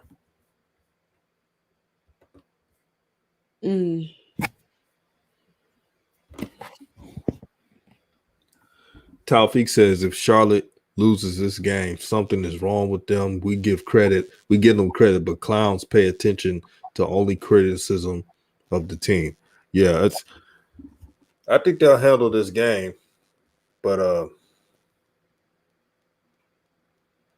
yeah, it's just that with basketball and Shay, you know this. A lot of folks who are fans, they're so loyal to their fandom that they make excuses for mediocrity. Mm-hmm. You see what we do, me and Coach Joe? There was times when we say something about one of the Ball brothers, right? We had to show constructive criticism. Now, we don't show it as much as LaMelo because LaMelo hasn't really done anything that much because he's a rookie too, where you have to be like, oh, LaMelo's doing this or LaMelo's not doing that. I don't have to do that much with LaMelo. Right. The only thing I said about LaMelo, and I think you've seen this video, Shay, and Coach Joe, I know you've seen it, when I said that he was passive in this one game. Facts. Out of 40-plus games. Facts. But I wasn't going to judge LaMelo when he's playing less than starters minutes in a game within the game, which he was in. Facts. I still haven't recovered. Hey, DJ, you ready for me? Wait. Let Coach Joe finish what he was going to say. You know, DJ, family, I still haven't. Coach. Thanks, Hoop. I still haven't recovered from Bertrand saying that JB said that Melo is the reason they have the 4th seed. Wow, I'm still blown away. All this stuff this dude said about this kid and the way he treated this kid, man, I cannot believe this dude said this. Wow.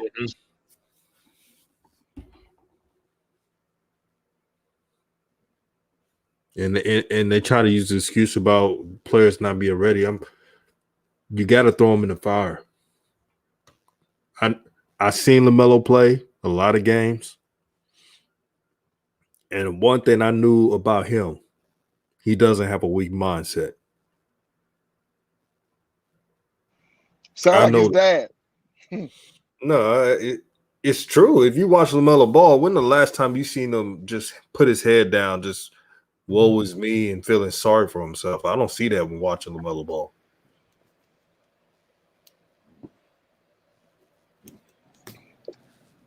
Hey, DJ, if you allow me, I want to the Klay Thompson. Well, so I had a customer, so I missed it. So what would you brother say about the difference between Klay Thompson and Jello, so I'm not being redundant?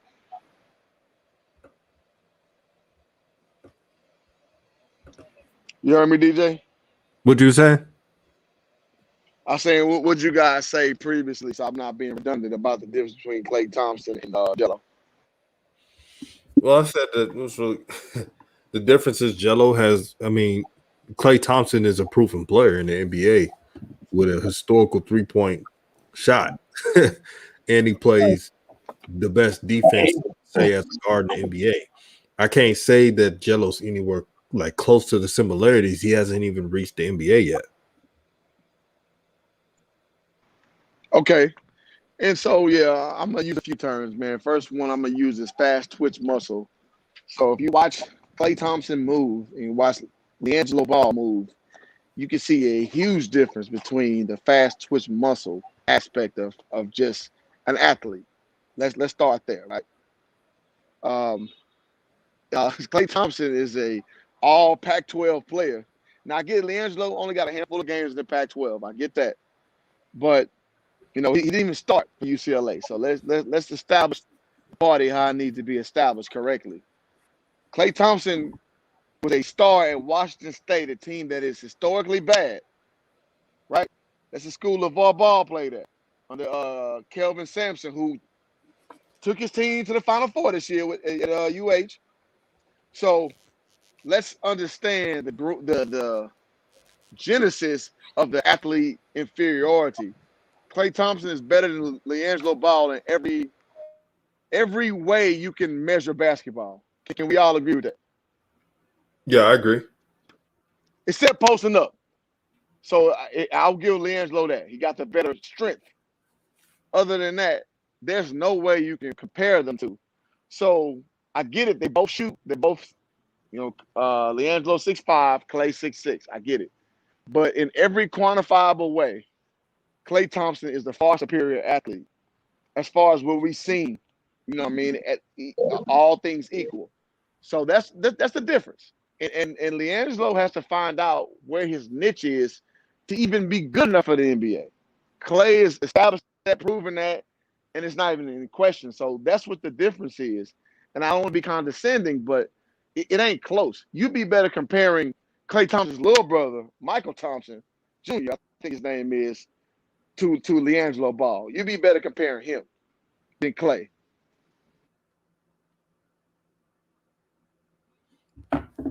Excellent point. Facts. Excellent point.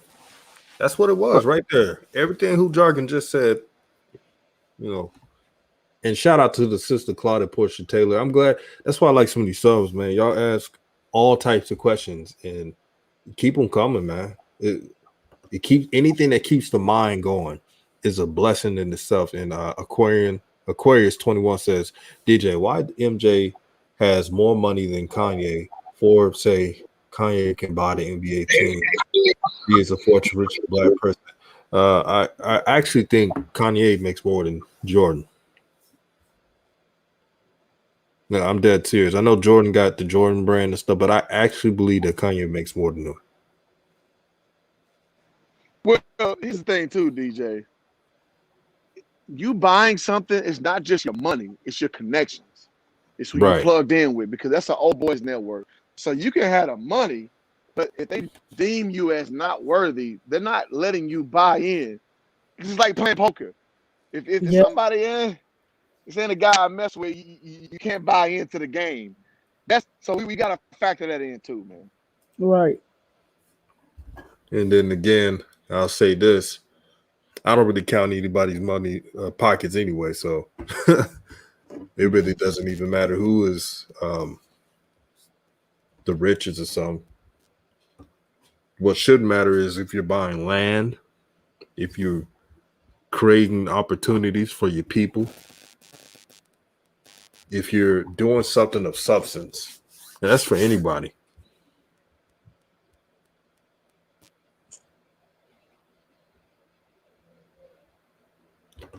Claudia Taylor said, no, DJ, Jordan net worth is over 9 billion.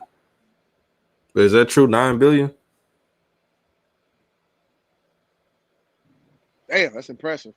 Yeah, if it's 9 billion, that's really good. And DJ, I'll say this, man, too. Me as a regular six-figure earner, if Kanye West wanted to be a part of what I was doing, I mean, I'd be a damn fool not to include him when I'm doing. If me, Hoop Jargon, is a multi-billionaire, I'm not letting Kanye in because he's too unpredictable. He's emotional. He does not lead in a forthright way.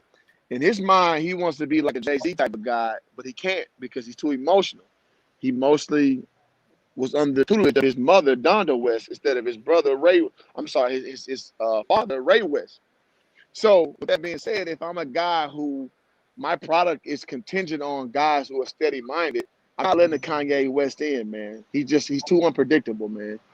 And his career has only shown that to be so. Even though he's very rich, and very talented. So you're pretty much saying that. Let me say this before Coach Joe, because I know he about to go in. So Hoop Jargon, you pretty much saying that Kanye he's not, the brothers who are accepting of the good old boy network. So since Kanye is not accepted of the good old boy network, and he moves in his own drum, quote unquote, that he can't be in that club because of that, correct? Yeah, I think when you move in a non-professional, non-linear path, guys who move in that spectrum are always going to side eye you, even though you have the money, but you don't have the mentality per se to be in that club. That's what I'm saying.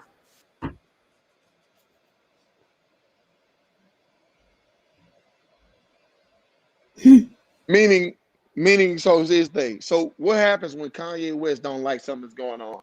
And he goes off. He goes left. Because most dudes in that network, can you hear me? Yeah, I hear you. You hear me, DJ? Yeah, I can hear you. Damn. And who playing? Because this is why it doesn't make sense. Damn. So somebody. This brother is asking us to believe that Kanye is emotional enough to be a billionaire, to be emotional enough to be able to navigate the waves as a black man in America to be a billionaire, but not emotional enough and stable enough to be in the white boys ownership club. That's what he just said to y'all. I can't take this.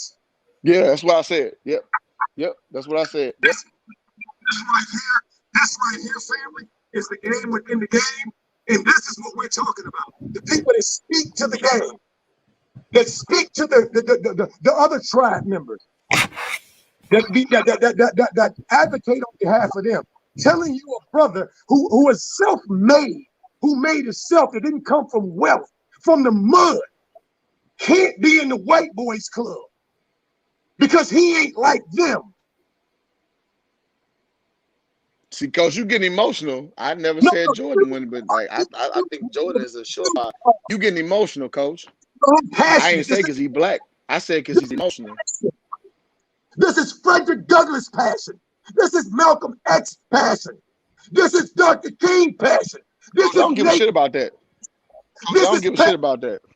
I don't give a shit about that, Coach. Sounds like who loves his own people.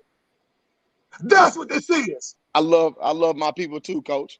I love my people too, Coach. I don't care you yelling, Coach.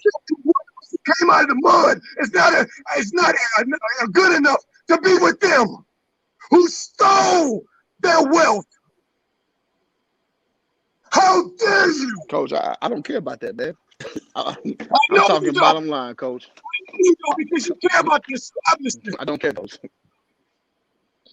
And that's what you've done on this show. No, I don't. Because if you saw my video just yesterday, I just lined up a racist person on my stuff. No. You're not gonna do that. No, that's your opinion, and you think emotionally. I don't think in that way, Coach.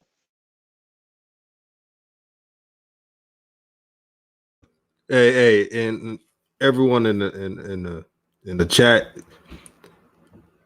These discussions, passion is a human trait. So it's okay. It's just a conversation, different of opinions. But yeah, we all get passionate, man. Especially we talking about something we care about. So there's nothing wrong with it. Just two brothers having a discussion. Disagreement here and there, but it is what it is.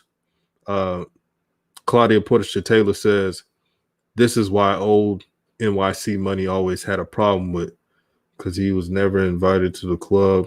He was an outsider.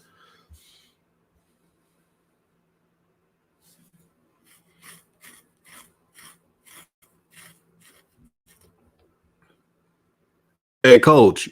I want to address is your mic better? So I care about passion. Go ahead, DJ. Yeah, Coach Joe, can you hear me? I hear you. Okay, yeah, it's working now. Oh, you saying who jargon? Hey, I want to clarify. So, not saying I don't give a shit is I understand how business works. And that's just what it is. You can say it's not fair. You can say you don't like it. No problem. If I'm looking from a standpoint of a person who understands business, I understand why you don't let a guy like Kanye in, because I watched his whole career. I watched Kanye go up and down, all over the place, sideways, the next way. I seen him be in a relationship with Kim Kardashian. He does not run his relationship. And I've seen him stage situations to evoke emotion. And so let's just put it as petty as this. I seen him run into a sign on purpose and then go off on a paparazzi, and it was staged. So I know what he's about. He's about emotionality. He's about, the how can you put it? He's very temperamental. So typically in business, you don't bring in guys who are temperamental. You bring in guys who understand the big picture. That's why a guy like Jordan is allowed to be amongst the elite. Jordan is by far a very you can call all his draft picks bad. You can call all that, but Michael Jordan is a man's man. Usually in those networks, you hire guys who are man's men. Kanye West is not a man's man. He's a guy who you have to really monitor because he can go left on you on a drop of a hat. That's all I'm saying. So coach is focusing on the fact he's black. Yeah, go ahead, bro. No. I understand. Let me say this, and this is how I feel. And this is not, I'm just saying, it's hard to say any man is not a man when they made $1 billion. And Kanye West, I don't think he wants to even have a seat at the big table. I think he's fully aware that the people in the big table are those who are not of good spirits. So I don't think it really matters to him if he gets a seat at the big table or not. I just think that's how his mindset wires. Now, to say is Kanye strong or not, Kanye's different. But I don't know if I would call him weak. I think the moves he has done with Yeezy and other products have been strong moves. The only difference is Kanye is just I think Kanye is just out there. He's different. He's not like everybody else. He's misunderstood. Claudia Portia Taylor said, Kanye said, F that, I'm going to build my own table. Remember, he bought land in Wyoming. People laughed at that, but now if you think about it, that's the smartest thing any rapper or anybody in the entertainment field could do. He bought land at profitable level. I think it's dope. Let me say something. All right, Coach Joe. Oh, go ahead. I want to shout out to Claudia Taylor. She said what she said about Kanye. Said, "F that, I'm going to build my own table." I find it the art of hypocrisy. And me and you talked about this and did a video about hypocrisy. I find the art of hypocrisy to say that a black man from the city of Chicago, from a single mother in the 70s and 80s, grows up, survives an amazing accident. No reason why this brother is even alive.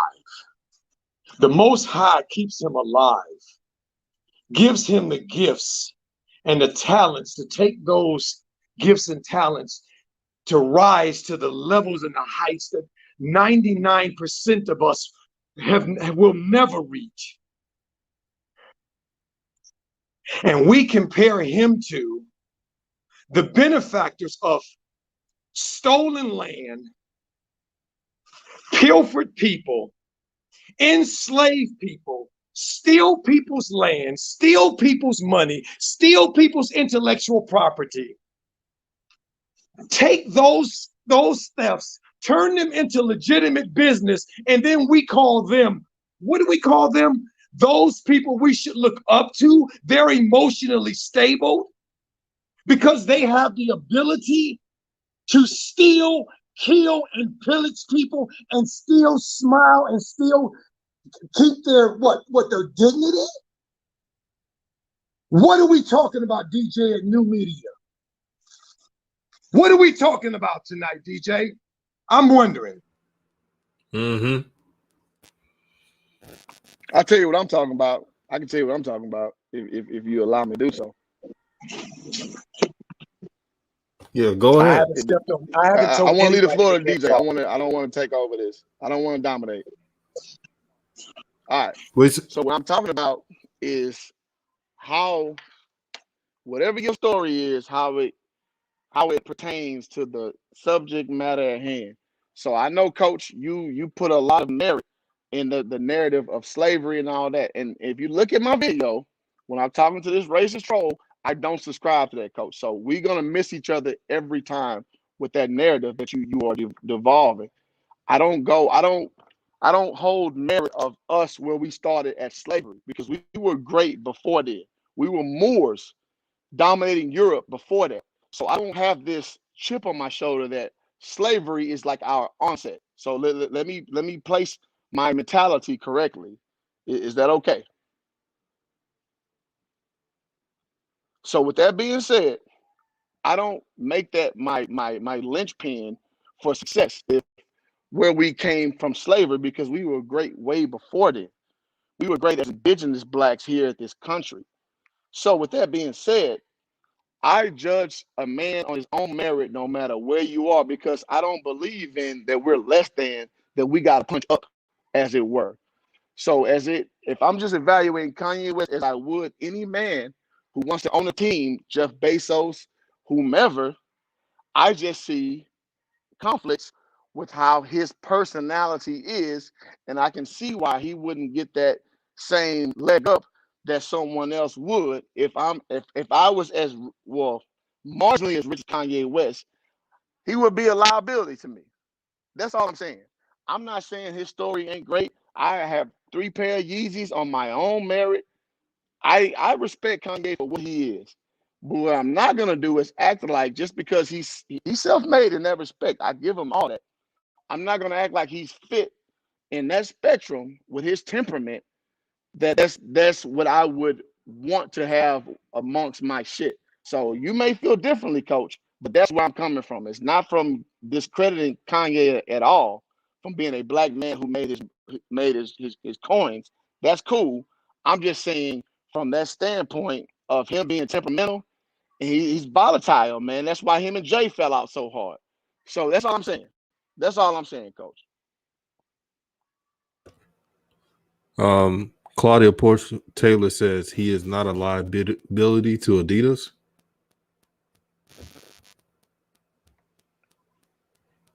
Well, Oh, are he you has a asking side this? business with Adidas. He's not co-owning Adidas. He has his own little lane with Adidas. So that's the difference.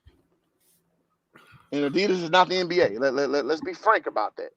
Adidas is like the third most popular like shoe company. So let's keep everything in perspective of what we're talking about. The NBA is a whole different entity, man, than Adidas. And I want everyone to know in the chat and everybody that's listening is that people who create good things create power within themselves. They're not always perfect people. It's never been like that for the beginning of time. Kanye West, he has a ruling class mentality. That's the answer to it. And since Kanye West has a ruling class mentality, he marches at his own drum. He's always been that way. And so I could relate to that because mentally I'm that way. I don't like people, dictating my future unless it's the Most High. But that's his mindset. I understand Kanye's mindset because I've seen other people with that type of mindset. And to be honest, they're not perfect people, but they're the same ones that got their own everything. Buy their own house. Got their own car, not leasing. Establishing their own credit. But because let me ask you this though. Yeah. You remember when Kanye was talking about how he's on opioids because people were saying about him So I got to give you some Mhm. pushback on the ruling class mentality, because if a ruling class mentality is you live in a forthright manner, no matter what somebody says about you. He's on record saying this when he on that famous rant for TMZ, talking about how he's on opioids because he feels depressed about what people say about him. So I got to give you some pushback on that ruling class mentality about what he's about. So, well, he's a human being who jargon, as you know. I mean, anybody that got problems, like some of the toughest people we see, like toughest minded people we see on social media or that are popular and say, "Oh, everything's going well," but you don't know what they're doing behind the scenes. They could have been in the same situation as Kanye West. So just because someone has a middle class mentality, do they slip up once or twice or a couple times? Yeah, but he's shown enough moves, and I'm talking about business wise. I believe Kanye has shown a lot of moves where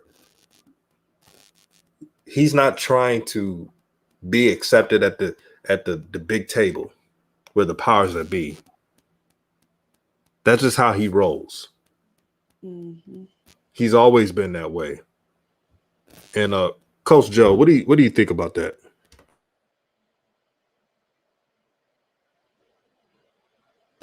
Wait, is he even there?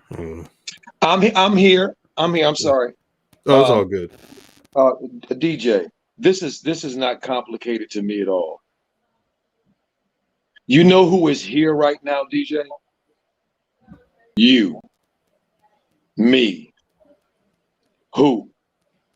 Shayla. We here right now. The family in the chat is here right now.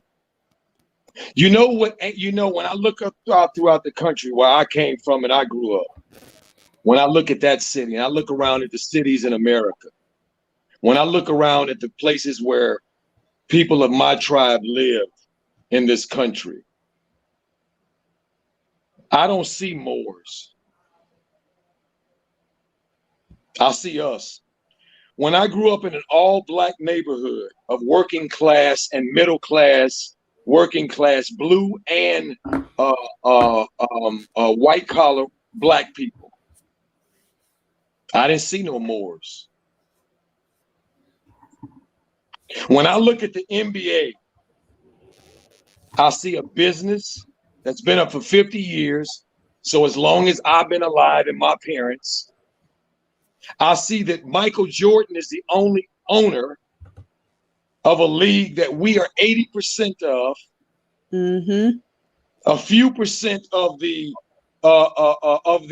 front office, the people that make decisions, and a fewer percent, a little more percent of those who are making the coaching choices. This is what I see when I look out at the landscape. I don't see the Moors.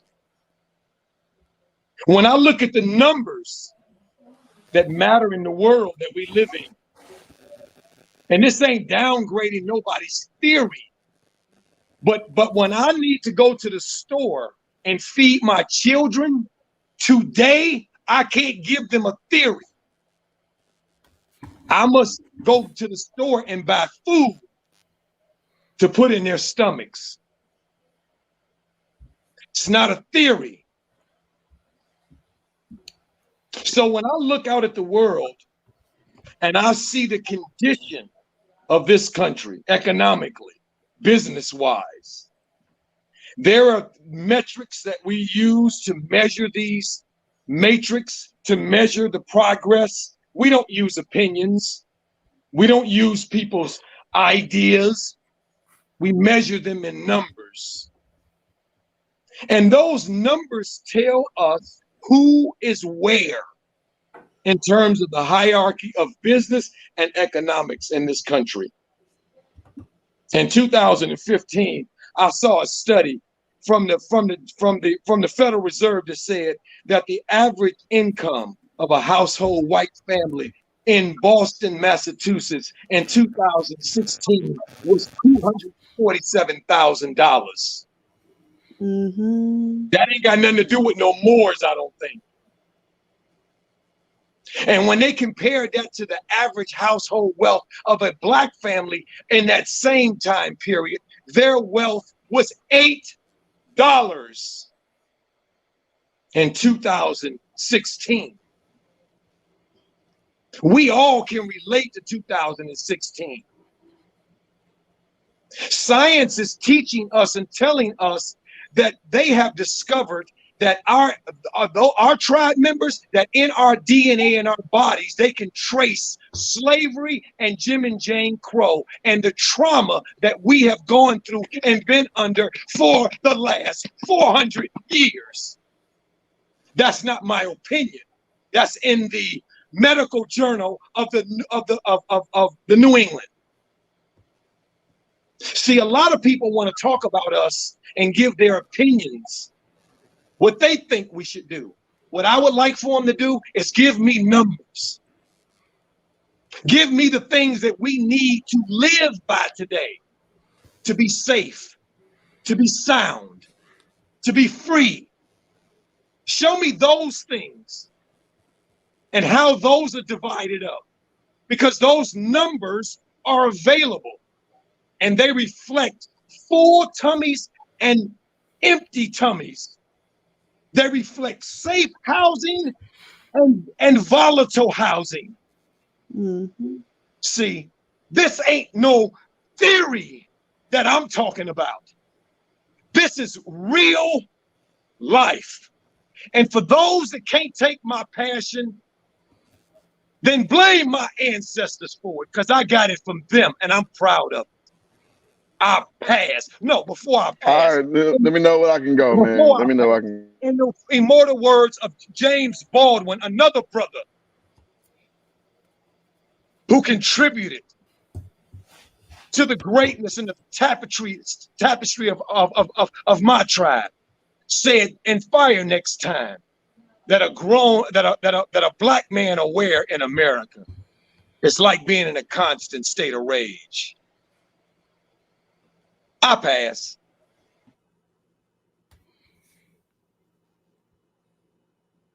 All right, Hoop Jargon. All right, I go if it's my turn to go. All right, few things. So first off, with this is how it always goes with these kind of discussions. It comes to passion, and I understand that, man. I really do. Coming from the hood in Houston, I get it. So I always ask people, what is black? What is with this thing that we call black? What is black? Coach, you want to answer that for me? What's black?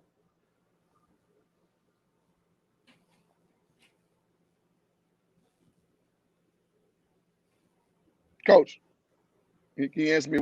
Like, what's black? I'm sorry. Say that again, my brother.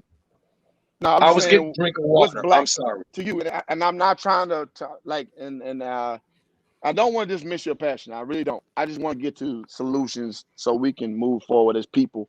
I just want to know, in your estimation, what's black? What I'll say, my brother, is I will default to not answer that question, because that is beneath me. For you to be asking me that question with the years that I've lived. Okay, so fair enough. So I don't want. So I'm not going to answer that, but I will answer this question: how I believe we move forward. When you said that we need to move forward, how I believe we move forward is by respecting and loving all of our family, particularly those who have struggled with the density of being black in this society. See, I would suggest so you can answer my watch question. our tongues. No problem. When we criticize, it's just a simple thing, Coach. I'll let you go for like 2-3 minutes, Coach. Coach, come on, Coach. You gotta let me talk now. I'll let you go for like 3 minutes, and I want to respect what you're going from. I want to address what you said, Coach. So with that being said, you don't want to answer what black is, because the answer is we don't know what black is. Black is a corporate designation that we have no fingerprint on what it is. Even furthermore, we don't have a real culture of what black is. So basically it becomes this entity that is all over the place that we deem as, if you're melanated. Basically, you got melanin in your skin, you have a darker tint. So we tend to throw everybody into black. But the fact of the matter is, black is not anything we can derive a real culture from. So there's no country named black. So basically, anybody who has the melanin in their skin can say they're part of the black struggle culture, however you want to put it, when it benefits you. So that's what I was asking you. So in that black quote unquote spectrum, we like to embrace struggle. And I'm not for that shit, coach. I'm Okay, not for it. Because okay. this is Listen what here. happens. We try to Listen here. No, no, no. we try to Hold on, coach, my I'll let brother. you go for 3 No, minutes, no. coach. Hold Come on on, my now. brother. Hold Come on, my on, brother. coach. I'll let you go for 3 I'll minutes, say coach. it this way. I'll Come say on. it this way. Come Black on, to man. me, black to me is what James Brown said. That's what black is. When James Brown said it in the 70s, that's what black is to me. The people he was referring to, the people that Stokely Carmichael was Coach, man, I'll referring let you to. go for 3 minutes, coach. Okay. Come on now. Okay. I know I'm Come on, answering your coach. question. Come I'm on, coach. answering your question. I'm answering your All question right. because you went somewhere I got you. else. So I'll answer it. Oh, goodness. All right. The black people I'm talking about are the ones that Dr. King was talking about, that Malcolm X was talking about, that that Kareem was talking about, that Jim Brown was talking about, that Fannie Lou Hamer was talking about, the Black Panthers were talking about, that Fred Hampton was talking about. I'm talking about those black people. Those are the ones I'm talking about. Any ones that they were referring to, I'm referring to them. So what you basically telling me is you have no way to identify what black is. You are grouping what a melanated populace that you want to group as black and group that as black. And that's fine. I just want to let you know that in the populace of black, there's like what we would call Africans, Caribbeans, Moors, and such forward. So it's funny, man, because like with with African, with one level away from their country, call us Nigerians. They call us Akatas. Akatas, we are American blacks. They have no connection to us. So we got to understand how to discern black from a corporate standpoint, just basically meaning a overarching general term from what really are we in this country. And what I assert to you is we are all over the place with that construct. That's all I'm saying. So with that being said, coach, I'm not saying the people you mentioned ain't fight for what they thought was right. But what I'm saying to you too is them people ain't know who they were, man. That's all I'm saying. So you mentioned Hoop, it's not about them knowing who they were. They know what they were going through. See, they know what their struggle was. They know what their lineage was. Okay. Me, I used black just as a term. I just said they know what it was. But I had no idea. I had no idea you were going to try to turn a conversation into you talking crap about Kanye into black. Okay. What I didn't appreciate is you using your opinion to downgrade another brother and who he is and say that he's somehow deficient to sit at the table with white people. That's what I'm here to talk about. You trying I'm peeling back the onion, coach. The conversation. No, sir. Coach, you getting emotional, and I'm peeling back the onion. Since you getting emotional, no problem. That's cool. I'm just peeling back the onion about let's understand what black is if we're gonna go that road. That's all I'm doing, coach. I'm not going there. And the brother in the chat saying about tribes, we don't understand tribes to say black. I was not going there, and I wasn't trying to have that conversation. I was having the conversation you were having about Kanye. Hey, Coach Joe and Hoop Jargon, I'm gonna end it with this. I'm not ending the show, but I'm gonna end it with this.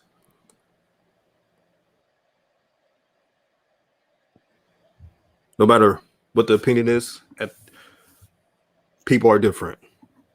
The way that Jordan does his thing is different than how Kanye operates. One is used to corporate dealings. The other would rather do their own thing. That's good. Besides, we need more people to be like that, to be honest. But I want everyone to know, just because it's like heated discussions and a lot of passion, that's good. Passion created a lot of great people in our community. And Hoop Jargon, he's the bro. He's not gonna always agree, but he's gonna give his opinion. And all opinions are welcome. So I enjoyed the passionate discussion from you two. It's all love. And Danny Joseph says salute to the chat. What's good? Yeah, the Hornets took advantage of a easy win today because Giannis and pretty much the starting five didn't even play. So what I see right now, and this game is pretty much over. 124 to 112. Shout out to Drop the Mic. He said all love. Yes, it is. It's all love, man. It's all good, baby. But I don't want to bring this. I'm gonna have to bring this up about McDaniels because I saw something that was just the Martin twins. I'm sorry, they can't come back next year. Once Jaden McDaniels and Miles Bridges got to 19 and 18 points respectfully, and I saw Devontae Graham do this too, looking out young guys. Every time a young player from the Hornets is on fire and doing their thing, they look out. They look off them so they could take dumb shots. See, we're not just mentioning on LaMelo Ball, but now you're seeing it in today's game. And Shay, did you notice that as well? Absolutely. I'm not trying to be dumb. I saw it with my own eyes. Jalen McDaniels could have had 30-plus points in this game.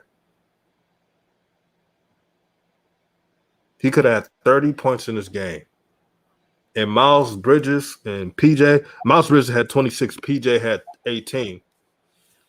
But Jalen McDaniels came out of nowhere, did his thing, and he showed promise. And I still see certain players not playing their role. So all that's got to be rectified next season. We cannot have people on this team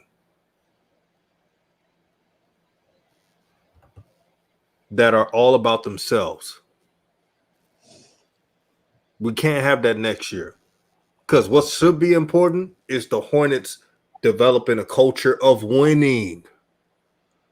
Because they haven't won anything important in years. Yeah.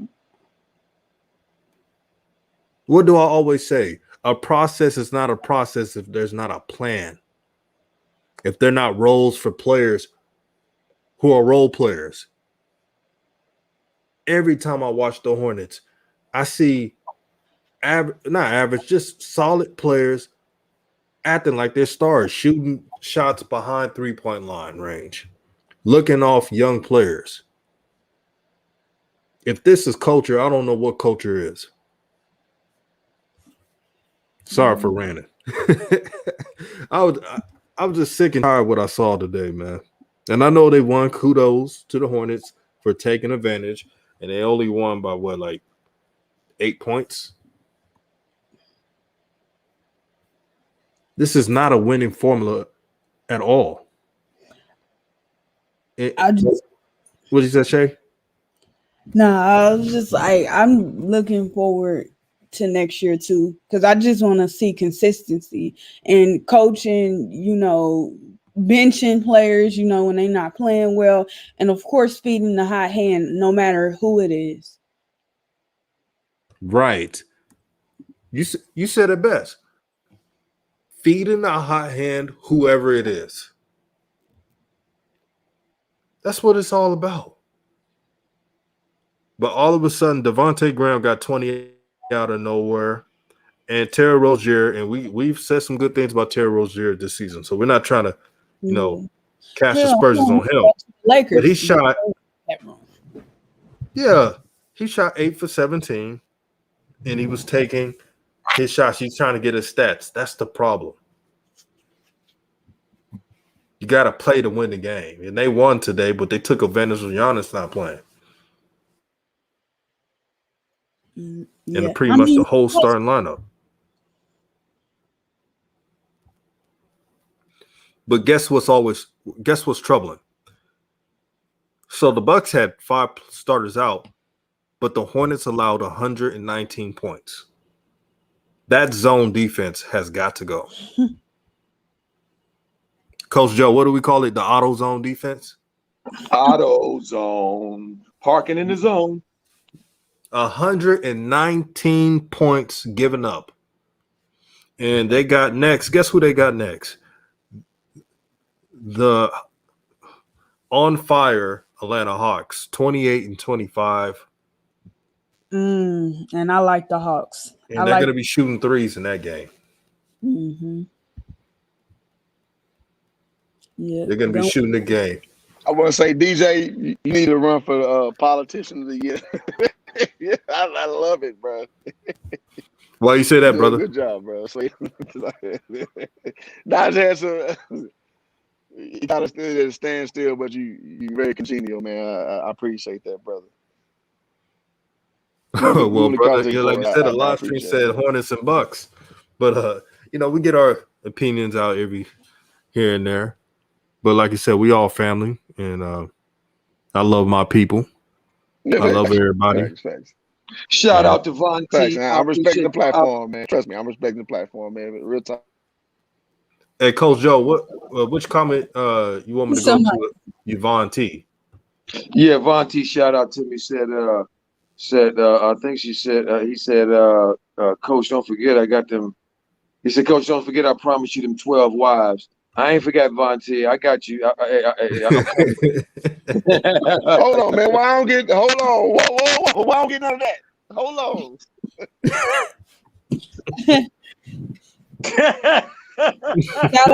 Hey, go half with your boy. Go half with your boy, Coach. I got many wives. Yeah. Hey. I don't know about half. I'll give you a quarter. Hey, I take it. Done deal. I'm gonna be honest. I don't know if I can handle 12 wives. Let me say this. Oh no, that's too many. That's too many. Unless it got low, I seek very meager accommodations. No, I want to say though, man, DJ, I love you. You give us the platform to do this, and we stop.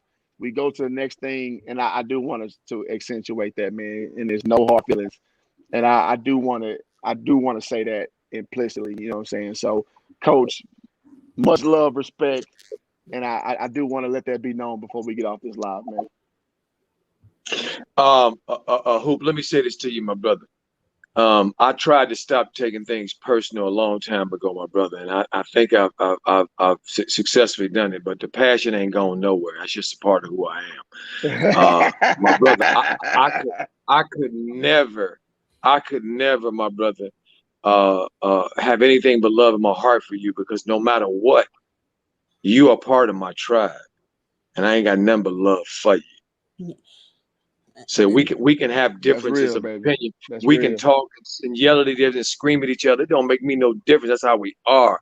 It ain't gonna change the love, because we both want the same thing, because we're here now. That's facts.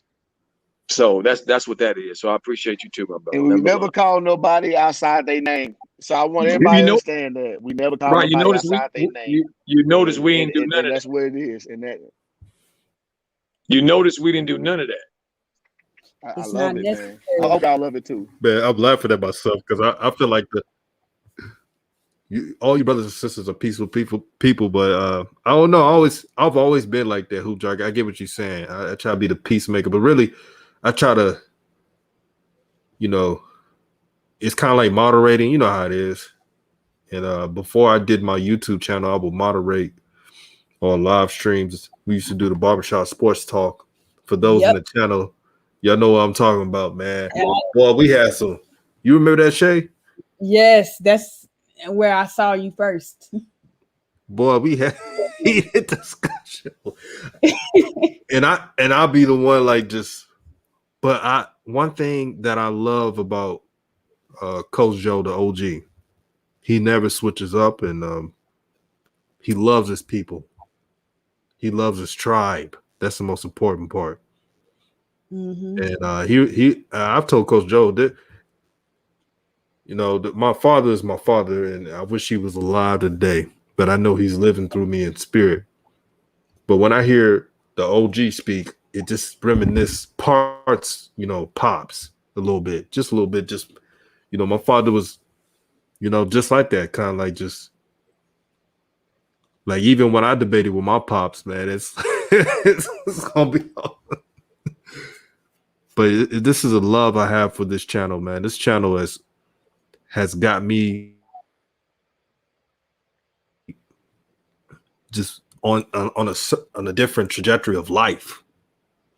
You know, at first I was like, man, I want to be, I want to have this or that, but now I'm like, I want to create this platform so people can relate and just have a good time. Like you said, Nichols, that's real family vibes. It is. That's exactly what it is, man. Yeah, case in point, Coach Joe is all truth, man. All truth. Any last words, Coach Joe? I just like to, just give a shout out to Von T. Appreciate you, Von T, so much. You said Coach Joe is a warrior. I appreciate you so much. I received that, Von T. I received it. I understand where you're coming from. I spent time on the motherland. I understand what you're saying. I'm coming to see you. We're gonna work this out. You know, we get this COVID stuff all crazy and everything move. I love the motherland. I'm coming. I promise you. You know, the Most High willing, I'll be there. I don't know about. I mean, I handle 12 the wives, but maybe 2 or 3 I'll be all right. But much love to you, my brother. DJ, thank you again, my brother, for coming in and giving us an opportunity on DJ's Raw and Cut Truth, hashtag New Media, Nation United, to be here to work through what, you know, this density, this game within a game, you know, this what we've been under, whatever we call it. We know we've been under something. So, you know, to be able to come here and expose some things and talk about some things, you know, we love, you know, while we under siege is a beautiful thing. And for all of the family that joined us today, from Code, from my OG Vern to Hoop to Shay. I mean, come on, all y'all, man. I thank you guys so much. I appreciate you, and I leave with Ubuntu, which I learned over in Africa. Because of you, I am. Because of me, you are. We are. Have a great night, fam. Yes, indeed. Boom. Thank you, Hoop Jargon, man. Love it. Thank you, Just Shay. Love it. Right. Love it. And we're gonna ride out in style, Uncle Vern. Y'all know what it is. Y'all know what it is. Bam. Let me tell you something. Back in my day, let me show you.